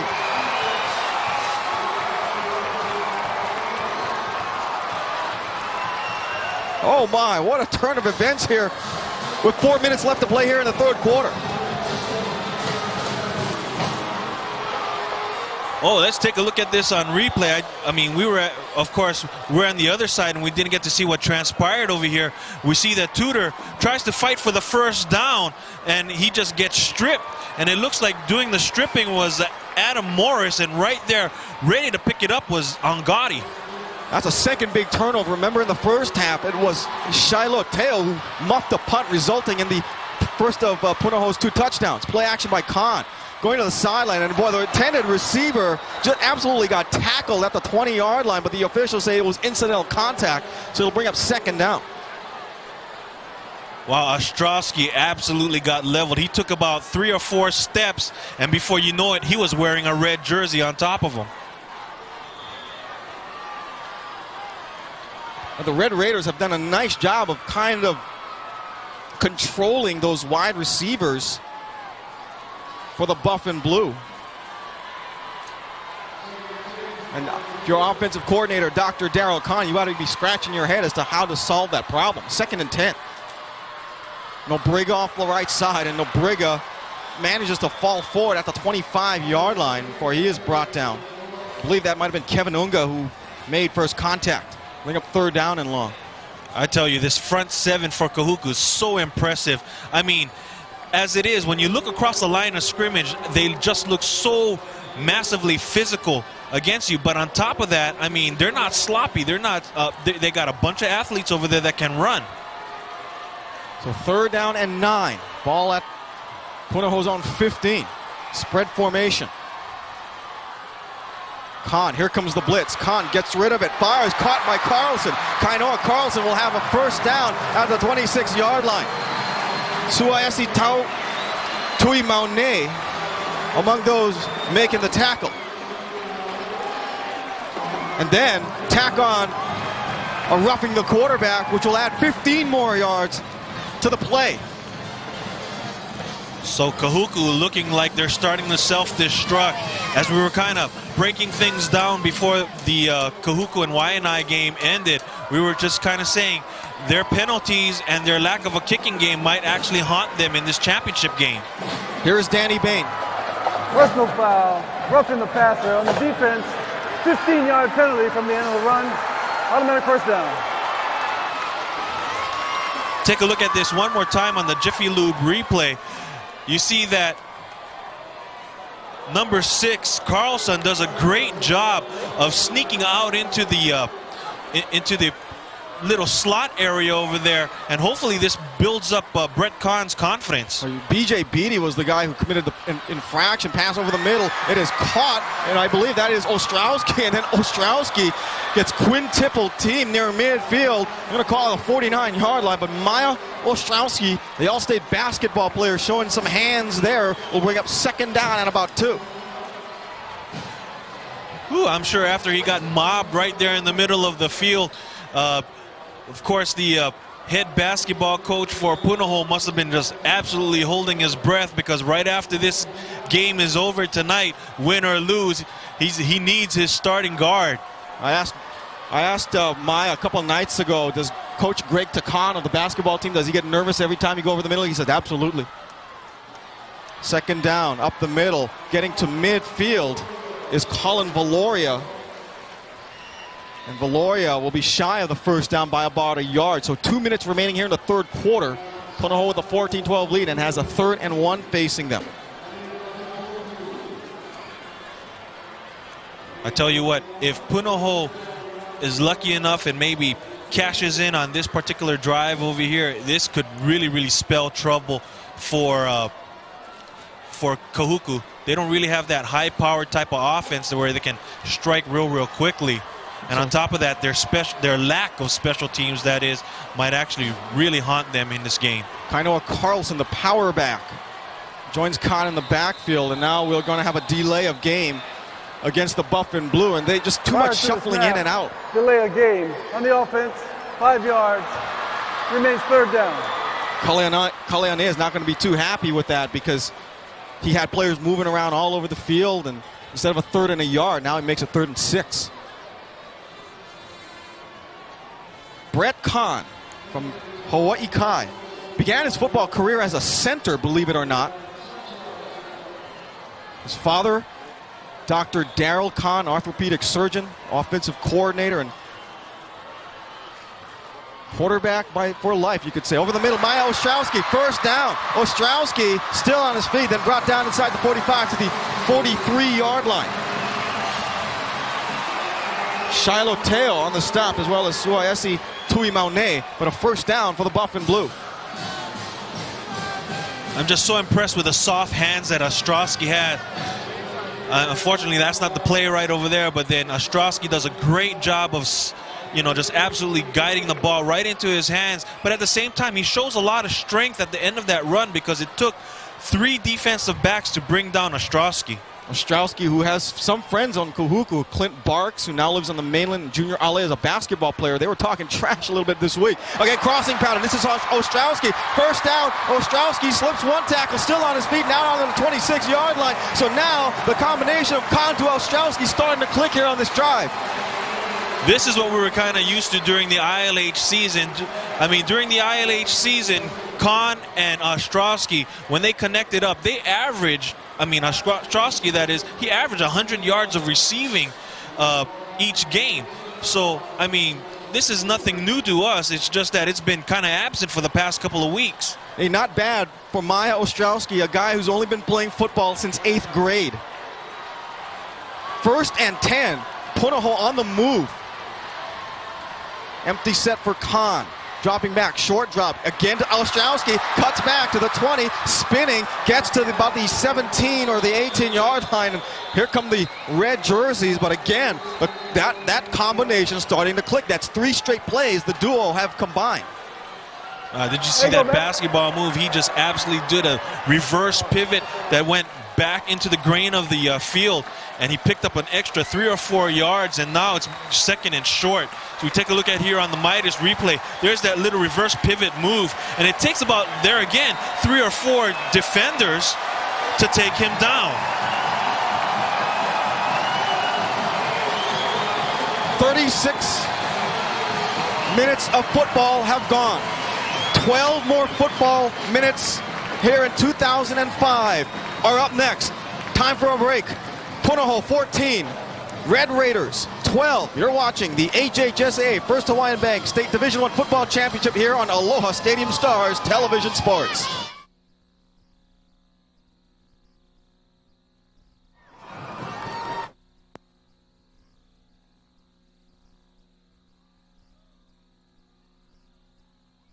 The 2005 HHSAA State Football Championships are brought to you by First Hawaiian Bank, where the power of yes is the power of possibilities.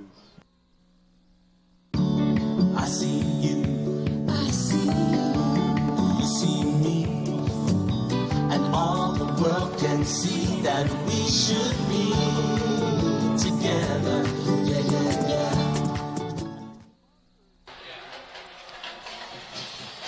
About to begin the 4th quarter of action. Kevin Hashiro, Donald Belena in the final quarter of football here in 2005. Last season, Kamehameha ended a long drought, finally winning a state championship. The Punahou Buff and Blue have never won a state championship with a 2-point lead and have a 2nd down and 2 inside the Kahuku 20. Khan. And now we'll have whistles. It'll blow the play dead. Still a lot of time left on the play clock as the handoff was made to Kainoa Carlson. Could have a penalty against the Buff and Blue. I think they're going to catch Ostrowski going towards the line of scrimmage just before the snap of the ball. Prior to the snap, false start. On the offense, 5-yard penalty. It's 2nd down. So the false start will move the ball back to the 24-yard line. But if you're the Buff and Blue, well, you got to love the position you're in, up by 2 and deep in Kahuku Red Raider territory.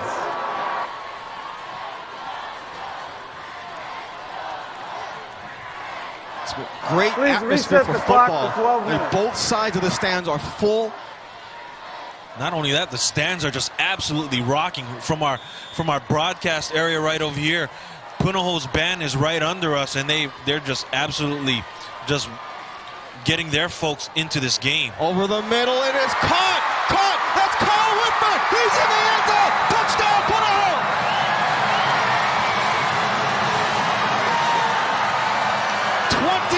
yards, Brett Kahn to Kyle Whitford. The score now 20-12 as the Buff and Blue take an 8-point lead on the first play of scrimmage here in the 4th quarter.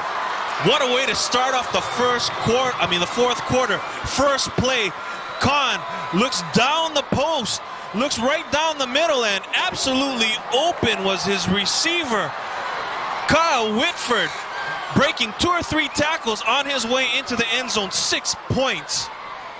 River Kim for the extra point, right down the middle. 7 seconds gone here in the 4th quarter, and the underdog, Punahou Buff and Blue, with a 9-point lead over a heavily favored Kahuku Red Raiders squad, 21-12. You could almost see the stunned look on the opposite side Kahuku right now, they're not used to this. They're used to having big leads by this point. In fact, by right, I mean, with a lot of games that we've done with Kahuku, they'd be in mercy right now. Well, Kyle Whitford was a guy who was not often used. He wasn't thrown to very little in the regular season, but he may have come up with the biggest touchdown for the Buff and Blue here in 2005. You saw Siraki Levi. There's got to be a sense of urgency now on the Kahuku Red Raiders side of the football. I tell you what, Punahou did a great job of eating clock and trying to establish the combination of Ostrowski and Khan. And, you know, it took 9 plays to get down the field, and it culminated in a touchdown pass from Khan to Whitfield. So River Kim about to kick off. Back deep to receive. Shiloh Teo and Lehigh Aumua. Deep kickoff. And this will be in the end zone for the automatic touchback as the ball broke the plane of the goal line. So now the Kahuku Red Raiders' turn. Trailing by 9. Need to mount some kind of drive on this possession. This is going to be gut check time now for Kahuku. I mean, this is one of the rare occasions where we're in the 4th quarter and they're behind. And the 21 points allowed by the Red Raiders, by far the most allowed this year. In fact, I believe Punahou has outscored the rest of the OIA teams combined in regular season play. If I'm not mistaken, Castle, though, on their win, That's they right. scored 23 points. Up the middle, Malosi Teo gets sandwiched past the line of scrimmage. That one blemish on their record, again, was against Castle this past season, and it was just one of those nights where they didn't have it together, and Castle scored 23 on them, and they just absolutely blitzed them. You are correct, sir. So 2nd down and 9. Again, look at Punahou stack in the inside of the box. Again, Teo up the middle, and again, Teo very little over the middle. Scott Steiner playing with that sore ankle, making the tackle on Malosi Teo. Steiner and Overton, they've done such a great job controlling that line of scrimmage. Eggesdahl, and again, you got the 2 big boys that rotate in and out. I'm just so impressed on how Tofolo and also Bucky Aona has done a great job of controlling the middle of that line of scrimmage. 3rd and 6. Big play for the Red Raiders. Again, Teo up the middle. He is hit, but dragging tacklers, and then finally gets about a half a yard shy of the 1st down marker. Mike Eggesdahl prevented the 1st down, but 4th and short, and even though you're at your own, just shy of your own 30, this is maybe 4 down territory for the Red Raiders. It's pretty much a foregone conclusion. And, you know, if it wasn't for the fact that Teo had the opportunity to bounce it out, you saw there on the screen, Tofolo just absolutely stood the center up. And if someone was there to kind of cover up that little puka over there, Teo wouldn't have gone as far. Well, Shuaki Levi says it's not worth the gamble here on 4th down, although, don't forget, the Red Raiders could pull off a fake. They've done it before. This time they're going to kick it, and Nagy gets off a high end over end punt. Ostrowski will make the fair catch at his own 37-yard line. So the Buff and Blue with 9:49 remaining here in this game, up 21-12 now with a drive here, has a chance to really put this game away. You called it. I believe the Punahou coaching staff also anticipated a fake punt. You notice that they didn't put on a rush at all. As soon as the center snap went back, all of the down linemen, all they did was stand up. Reason being, they didn't want anything to get behind them. So great call by the special teams coach of Punahou. Good job of scouting. 1st and 10. Khan out of shotgun. The give is to Carlson. Carlson with a hole. Carlson up the middle and then slips and falls at the 44-yard line. Carlson, gain of 8 off of Bridenstine, the 6'1", hard-hitting safety, making the tackle. I know we've got about 9 minutes left in this ball game, but you can definitely feel what side of the ball where the momentum is going at right now, and Punahou is absolutely running with it right now. Really, they've got, it looks like, they really got the Red Raiders guessing here. Just a simple handoff up the middle, and see how big that hole opened for Kainoa Carlson. 2nd and 4, as they say that Carlson picked up 6 on the last play. Carlson again, this time. He'll lose yardage behind the line of scrimmage, a loss of a couple. That's Kaniela Tuipolotu on the stop. He had a great game against IA a couple weeks ago. 5 quarterback sacks. He was a one-man wrecking crew. I remember that game also. I mean, he was just a monster in the middle of that line of scrimmage. But at the same time, give credit to this Punahou offensive line. They've done a pretty good job of controlling things and giving their skill people room to operate. Gavin Silva, Edward Paulette, Cody Kikipi, Trevor Grace, Drew Peressa represent the front 5 on that line. Khan, ball is incomplete. Pass thrown slightly behind the intended target, Zach Yamagishi. Kaleo Spallone there on the defense. So Kahuku does what it needs to do and holds on third down, and now the Buff and Blue will have to kick. And the fortunate thing also here for Kahuku is that on this incomplete pass, the clock is stopped, so you know, they have some extra time to kind of play around with over here. Lehigh Almua standing back at his own 20-yard line. Kyoki Hong has had a great night tonight punting. This time a high end over end, somewhat short. Bounces at the 25. And then downed about the 20-yard line by Dane Nishikawa. So with 8:06 remaining, the Buff and Blue with a 21-12 lead. And again, Kahuku needs to come up with some kind of drive here and then get the ball back. And they have to do it within the next 8 minutes. Kind of looks like Punahou has a lot of confidence in that defense, and they've done their share and done their end to hold up the deal here. I formation set. Malosi Teo is the deep back. Play action. Krebs dropping back, looking for the tight end Unga. Unga cannot hang on to the football, but a great job. Coming over was Kyoki Hong, the linebacker, to knock that pass away from Devin Unga. That time they had that play well scouted. That was textbook, because you can see that where the ball position was, Hong used his offhand, reached over, and made sure that he didn't make contact with the receiver. So it was a clean play all the way. Great job there by Kyoki Hong. Clock stop, 8:01, 2nd and 10 at the 21. Again, I formation set. Double wides, that's Evans and Tudor. Misdirection play, Teo around the right side. He's got a hole. Teo off and running, out in the clear. Teo down the sideline. It's a foot race. Malosi Teo, he will score. Touchdown, Kahuku. 79 yards for Pater, and the Red Raiders are right back into this ballgame. Monster run. Let me tell you, he is a player.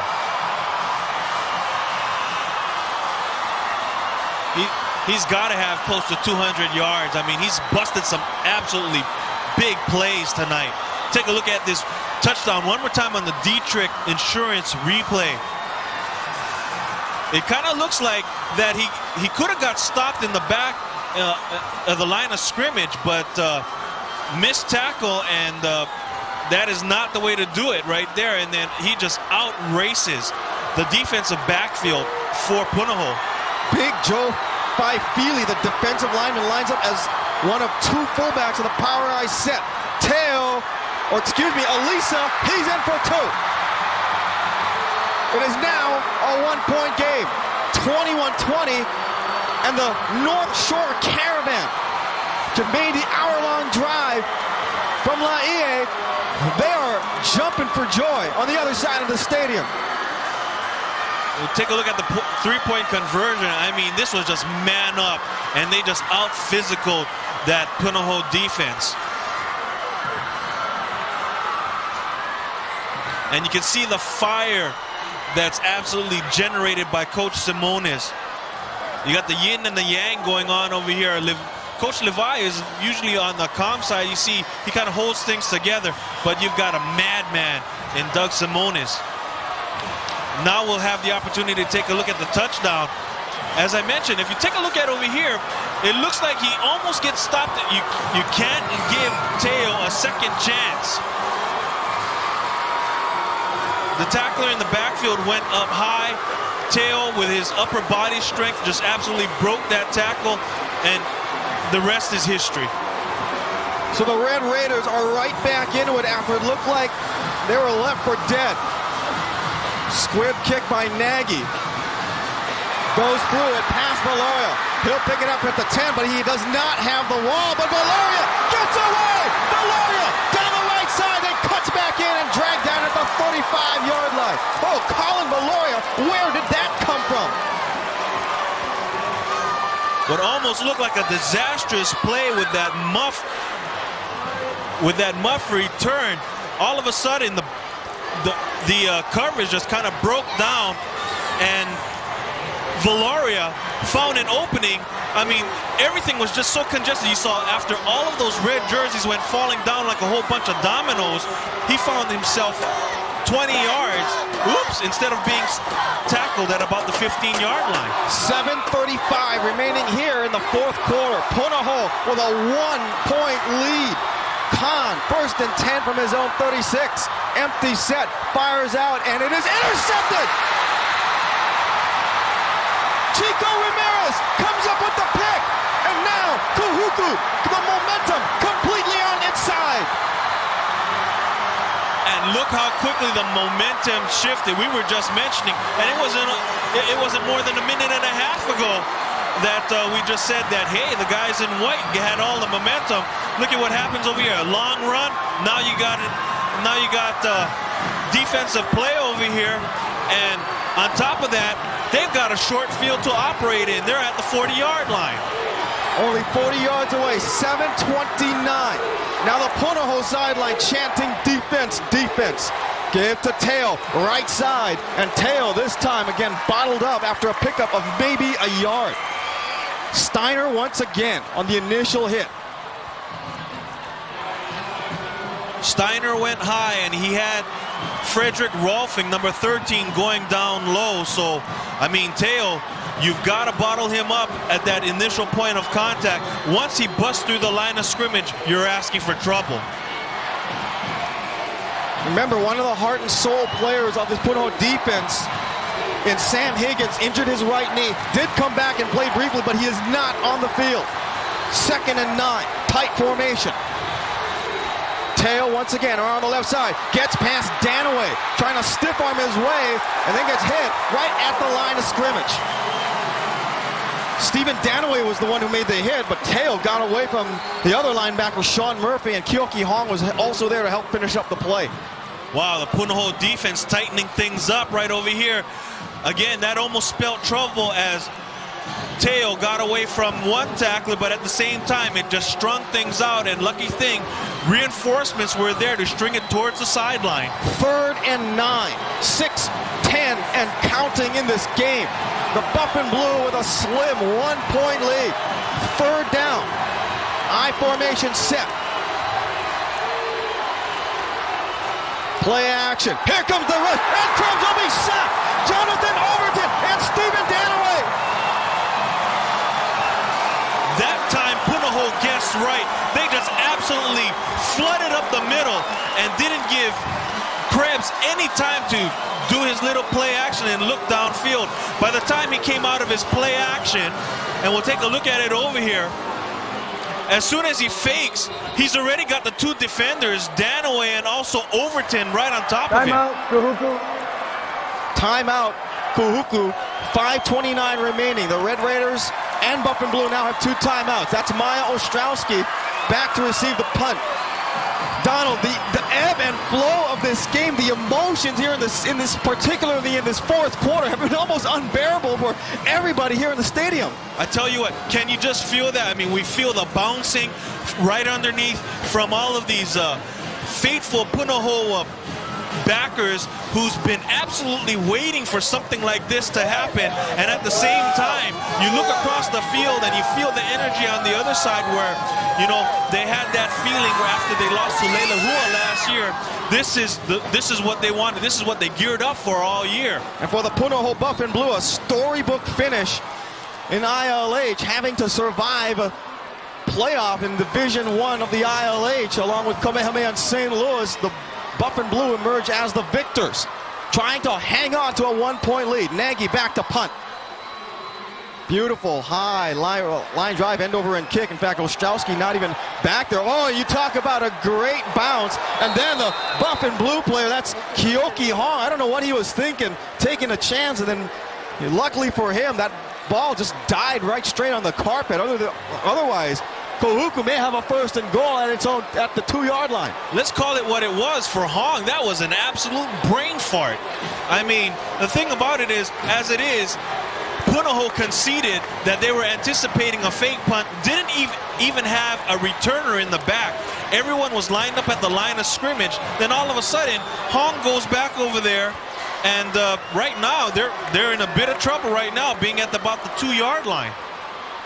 1st and 10. Brett Kahn operating out of the shadow of his goalpost.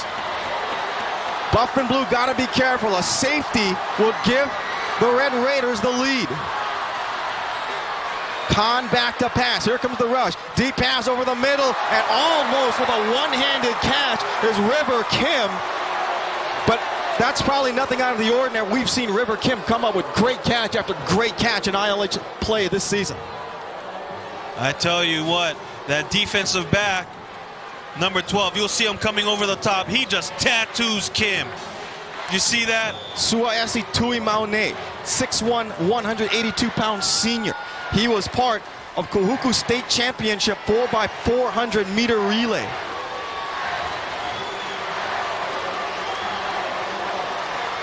Second and 10 at the 2. This time Kahn will drop the under center. Offset I formation. Play action, and Kahn hit in the backfield, and the officials are going to say incomplete. That was absolutely close to being called intentional grounding, and if that was, that's a safety, and Kahuku has the lead. Let's see how close that gets. So take a look at the Aloha Shoyu replay.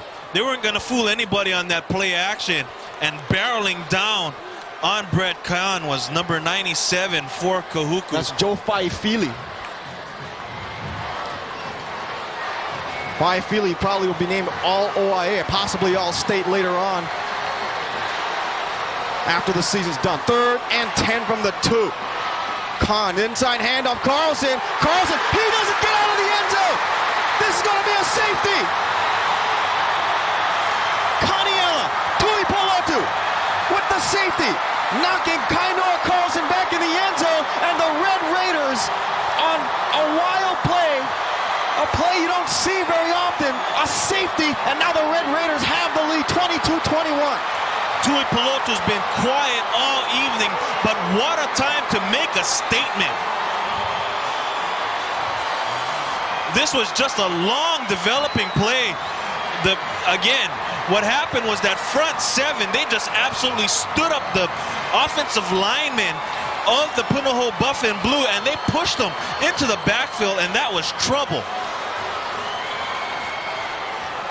You talk about perfect timing, and you mentioned the absolute push, and that is just the heart and soul of that Red Raider defense. Kaniela Tuipolotu, BJ Beatty, Micah Wiley. You talk about a turnaround, 22-21, and the worst nightmare for Kaleane with the ball back in the shadow of his goalpost comes to fruition, because the safety gives the Red Raiders the 22-21 lead, and plus the Red Raiders will get the ball back with 5:02 left. Yeah, they've got a free kick it. So River Kim will tee it up at the 20. Shiloh Teo, there's Tuipolotu, so far the hero of this game. 22-21 on Tuipolotu's safety, tackling Kainua Carlson in the end zone. So River Kim teeing it up. High, deep kickoff. This is going to be returnable for Shiloh Teo, who bobbles it. Then he will calmly pick it up at his 19. Teo trying to bounce to the outside, trying to find the wall, then gets knocked down, but still on his feet. Teo cuts back and then knocked out at the 40-yard line.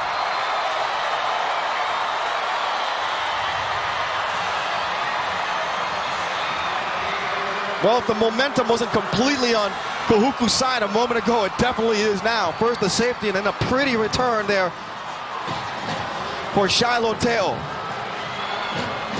Teo making things interesting on special teams this evening. I mean, he's already muffed a punt, and now he muffs a kickoff, but he plays Houdini right over here. And this is the second time tonight that Punahou hasn't been able to finish up a play.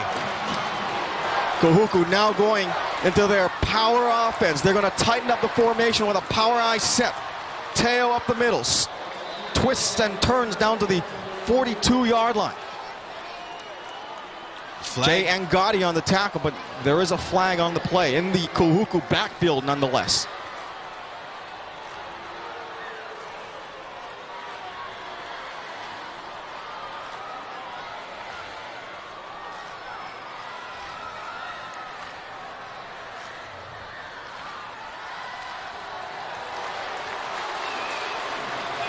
Illegal procedure against the Red Raiders, so 5-yard markup makes it 1st and 15.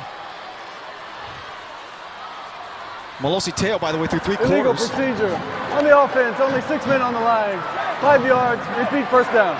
Mentioned Teo, by the way, through 3 quarters, 169 yards on the ground. That does not include that 79-yard touchdown run earlier in this quarter. Power eye set once again. Punahou going to stack the box. Just about everybody's at the line of scrimmage. Off misdirection, Teo up the middle, and he'll be dropped down. Jay Angadi on the tackle. Modest gain of maybe 3, perhaps 4, making it 2nd down and long. But the clock slowly starts to tick away. 4.5 minutes left and counting here in 2005. Boy, and if you're the Punahou faithful, these has got to be agonizing seconds that tick off the clock. And Kahuku in no hurry to line up at the line of scrimmage. Still 10 seconds left on the play clock. Red Raiders going to use every second. Teo again, this time around the left side, trying to use that speed, but a great job of backside pursuit is Stephen Danaway. It'll be a gain of maybe a yard. We'll bring up 3rd down, but the clock still continues to tick. This is one heck of a ball game over here. It's going to be a crying shame to see someone actually coming out with no victory here. On 3rd and long, the Red Raiders will now bring out their 3rd and long package, which includes double wides with Redmond Tudor and Jason Evans. Tudor is the right slot. Out of your screen to the top is Jason Evans. 3rd and 11. The Buff and Blue need a stop here. They'll give it around the left side, and again, Teo is dragged down by Jonathan Overton, who's had a whopper of a game tonight. So it'll bring a 4th down and long, and Punahou will call a timeout with 3 minutes remaining.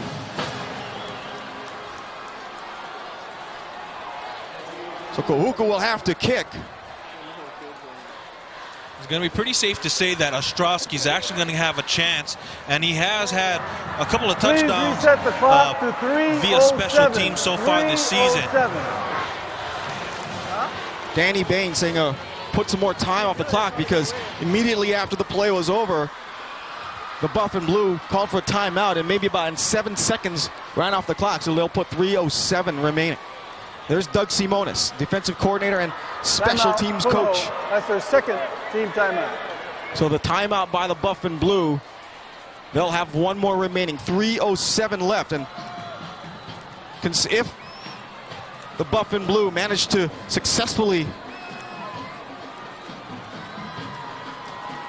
gain possession of this ball, considering they don't muff it and then turn it over.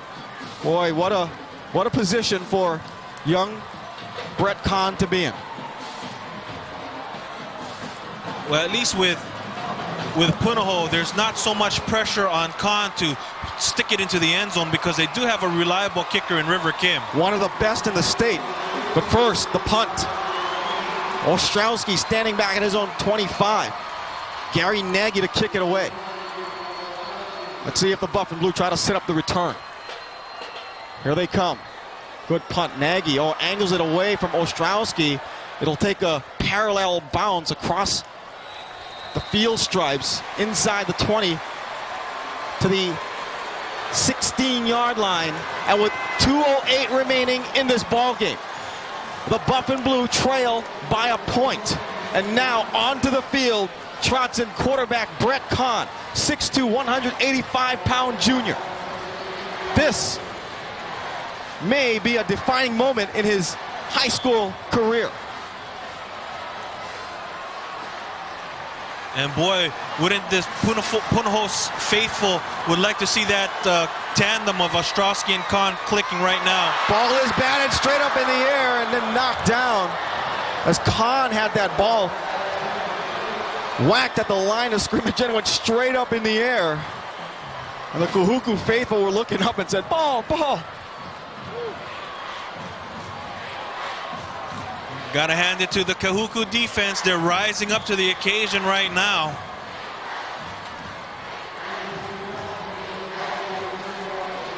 And that was Beatty that batted down that ball.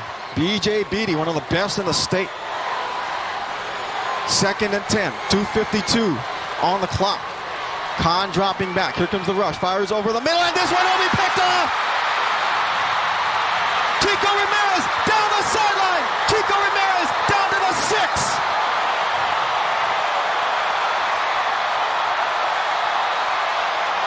Ramirez comes up with his 2nd interception of the game, and this one, once again, comes in such a timely manner with 2:41 remaining, and Brett Kahn will have to trot off the court, trot off the field. And Kahn with 2 straight interceptions. And what a time to start falling apart.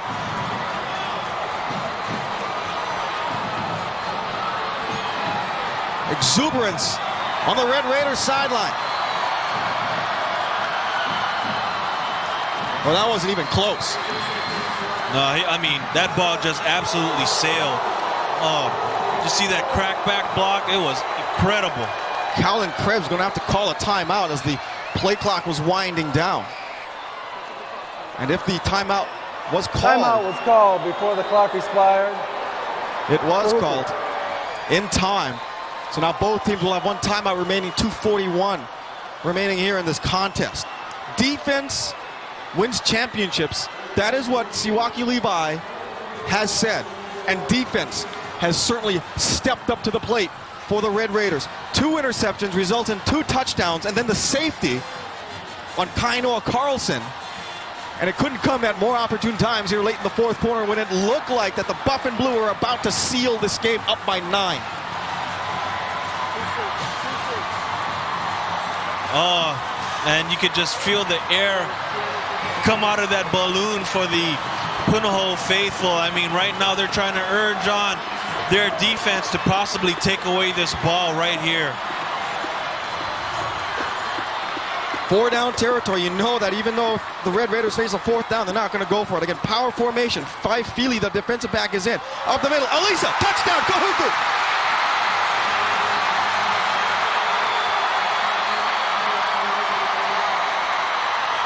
(28-21), 2:37 remaining.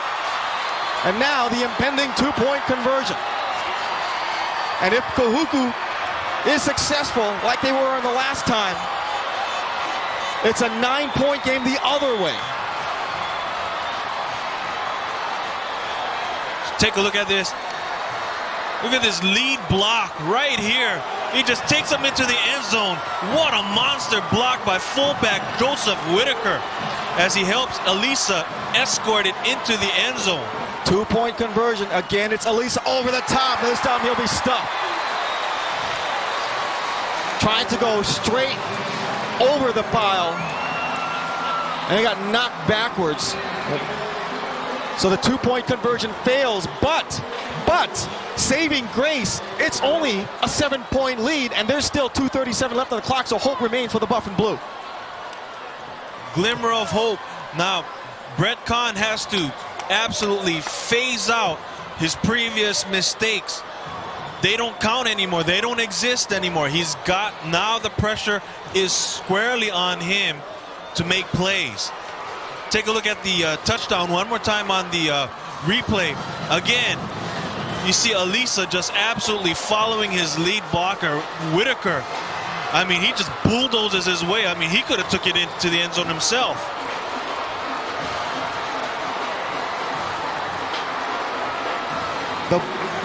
The Red Raiders have scored 16 consecutive points and have taken the 28-21 lead. But for all the momentum that has gone to the side of Kahuku, the Buff and Blue still have a chance to tie this game at 28. Kyle Whitford, Colin Valoria standing back at their own 11-yard line. Charles Nagy about to kick it away.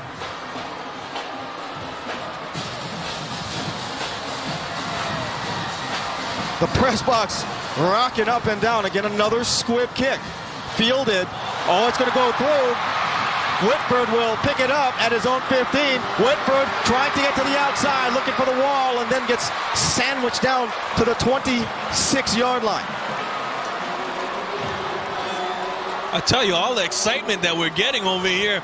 You've got Punahou not being able to secure the kick. Then all of a sudden, the whole purpose of the squib kick almost doesn't materialize for Kahuku, as they almost let a big play bust open. Great job of securing the ball here by Whitford. And then he cuts up field, and the Kahuku special teams almost loses track of their lanes. Richard Torres and Sifa Hemuli on the stop. So now, Khan, 74 yards away from Pater. It hits River Kim over the middle. Kim, they're going to say, is brought down inside the field of play, just shy of the 30-yard line. So a gain of about 3. Clock continues to tick with 2:15 remaining. The Buff and Blue are out of timeouts. Great play there by Chico Ramirez, because they credit him with that tackle for being in bounds, which forces Punahou to take their last time out.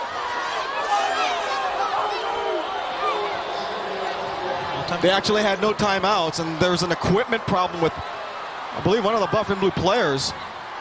And now Maya Ostrowski is turning around and saying, what's the deal with the play clock?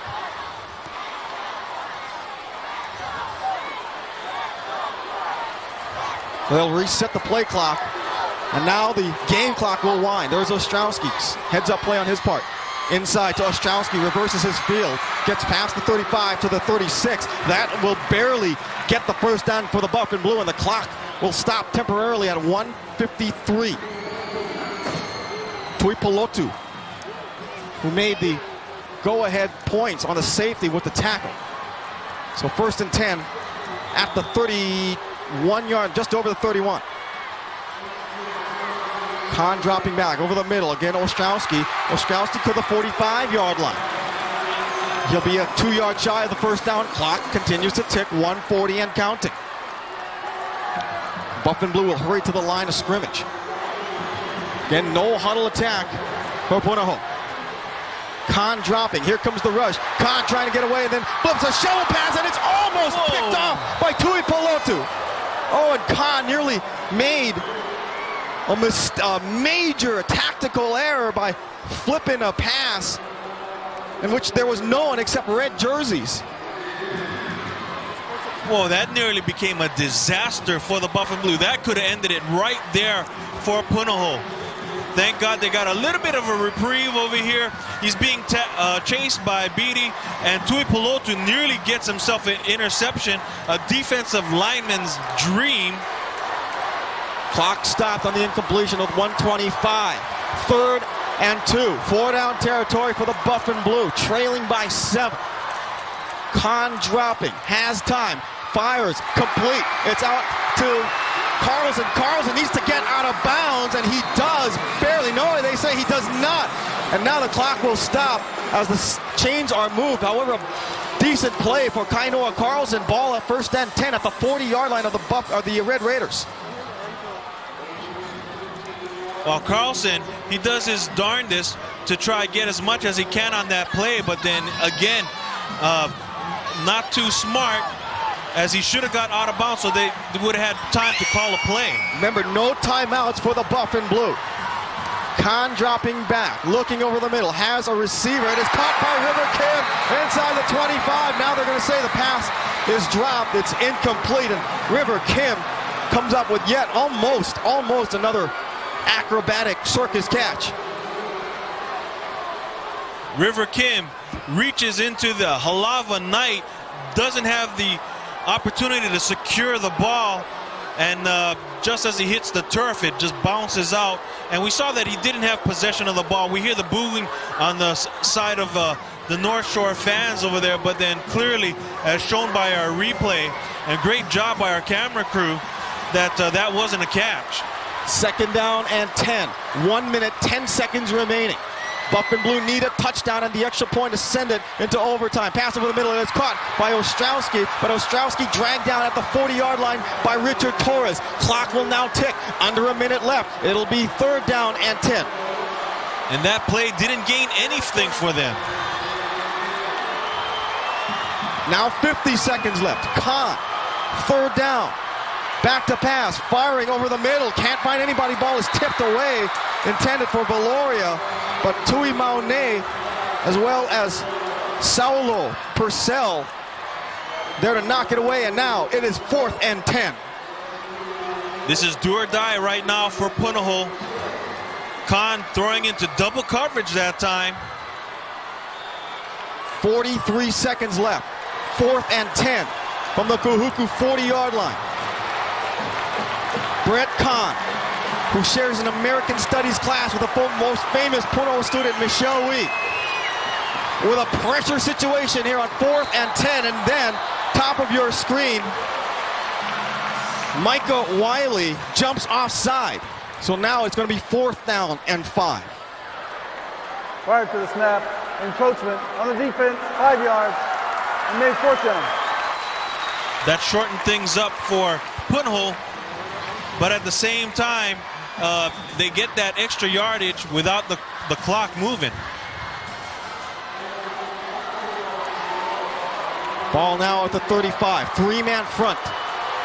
Kahn, with Carlson with him in the backfield. 4th down.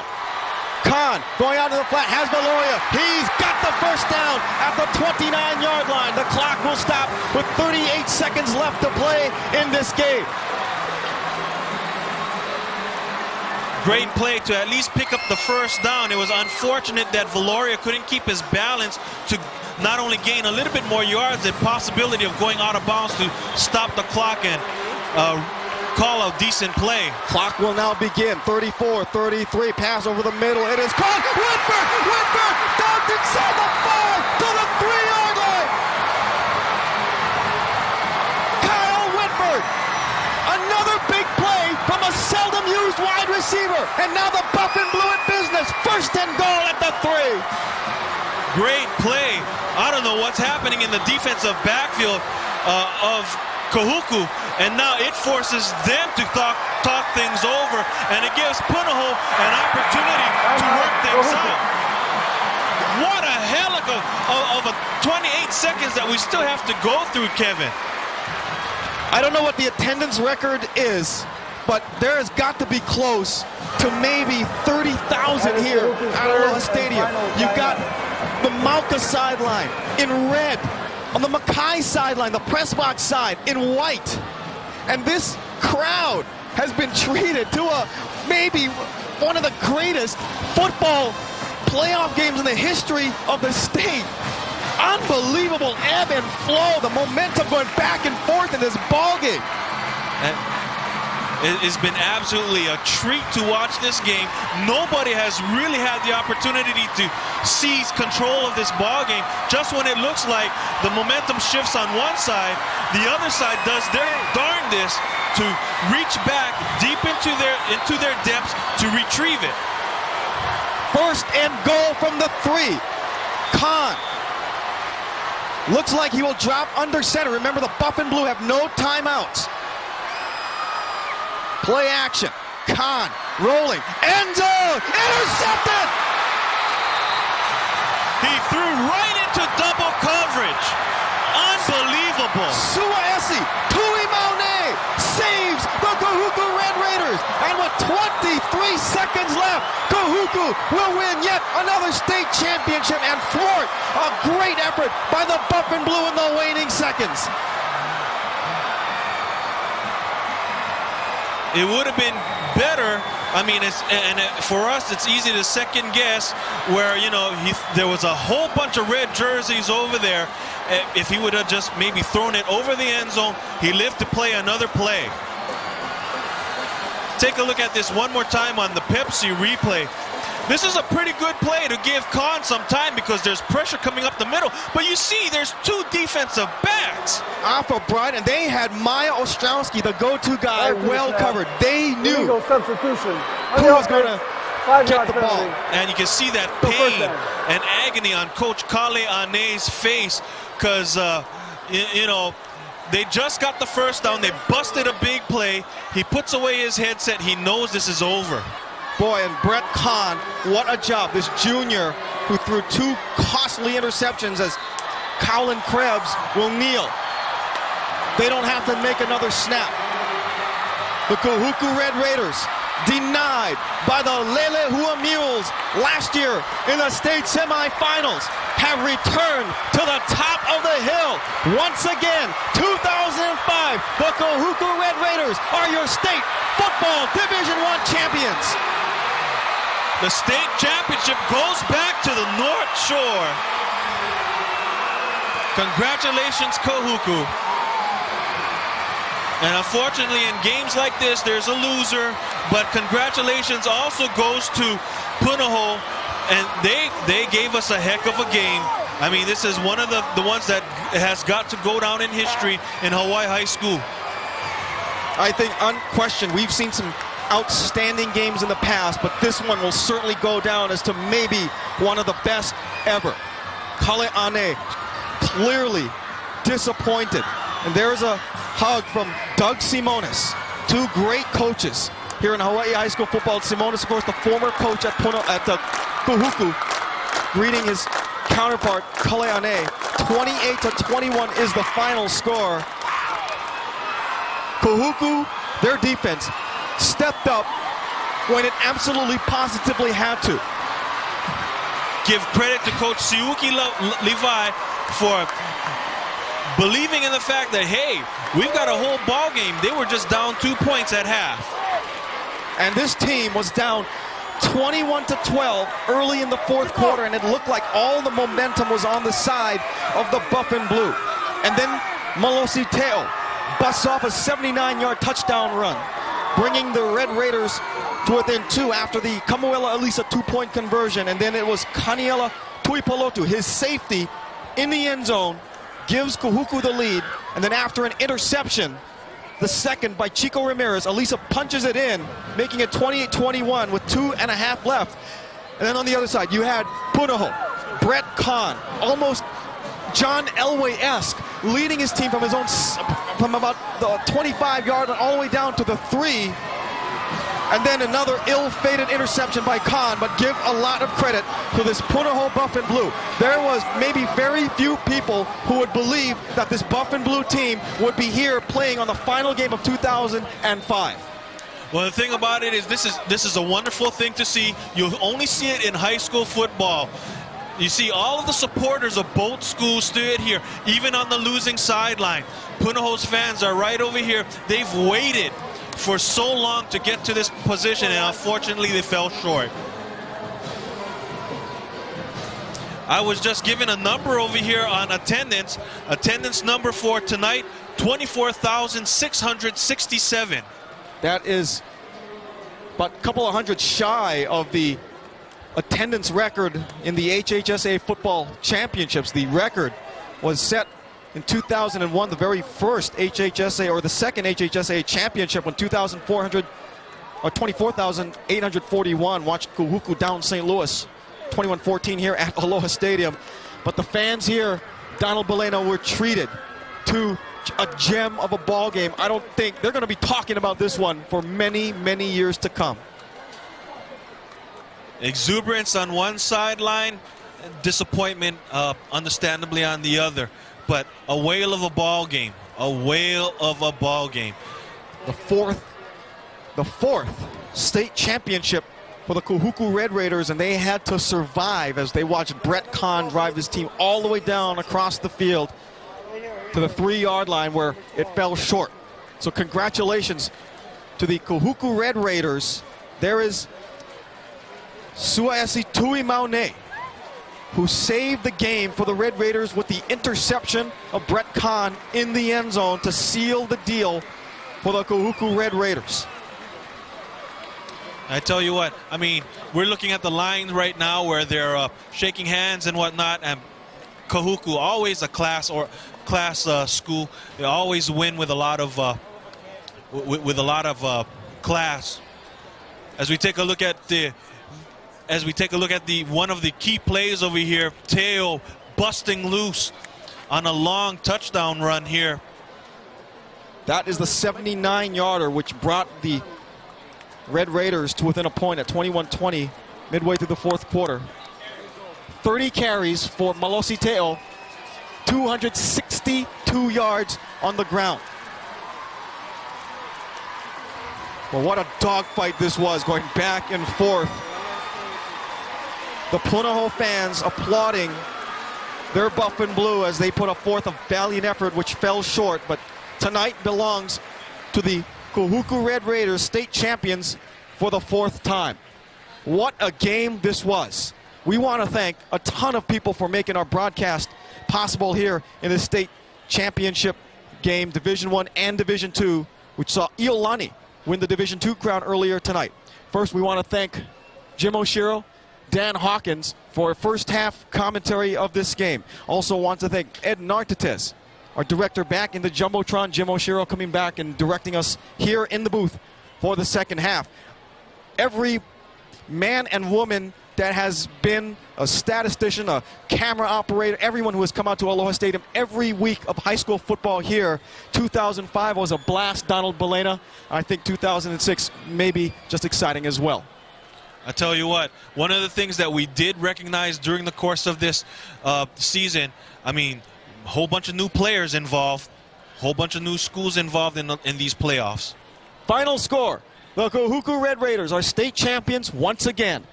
28-21 is your final. For everybody here at Aloha Stadium, for Donald Balena, I'm Kevin Ashiro saying good night from Halava here at Aloha Stadium. Take care of yourselves, and until 2006, aloha everyone.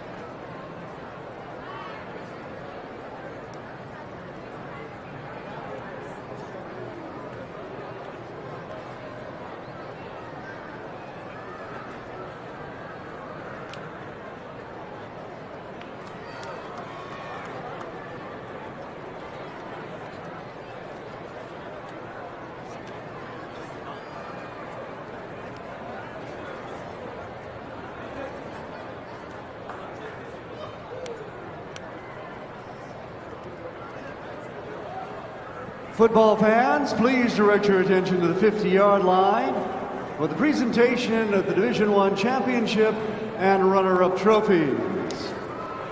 Representing the title sponsor, First Hawaiian Bank, is Vice Chairman Tony Guerrero. At this time, the runner-up trophy is presented to the Buff and Blue of Punahou.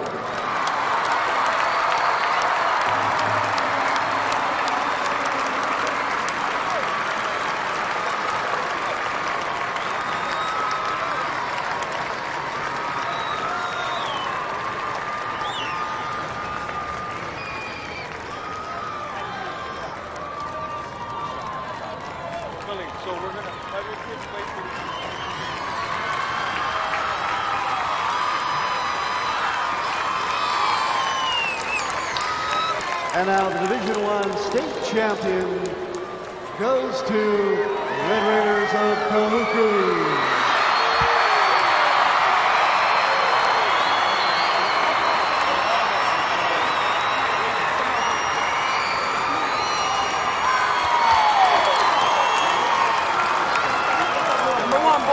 Get in here, boys. Get in here. Everybody up. You guys wait. Everybody up. Number one, baby. Number one.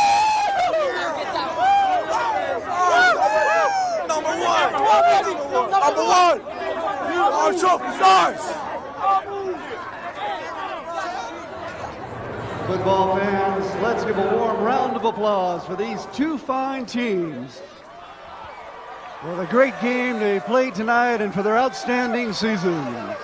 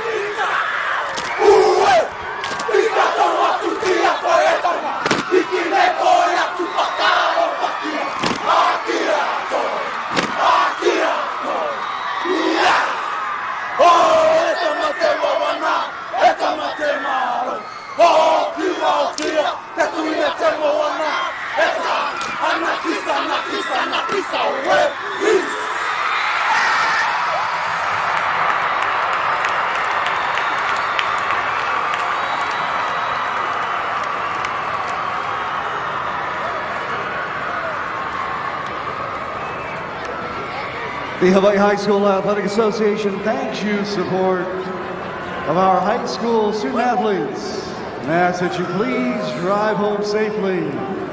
Aloha.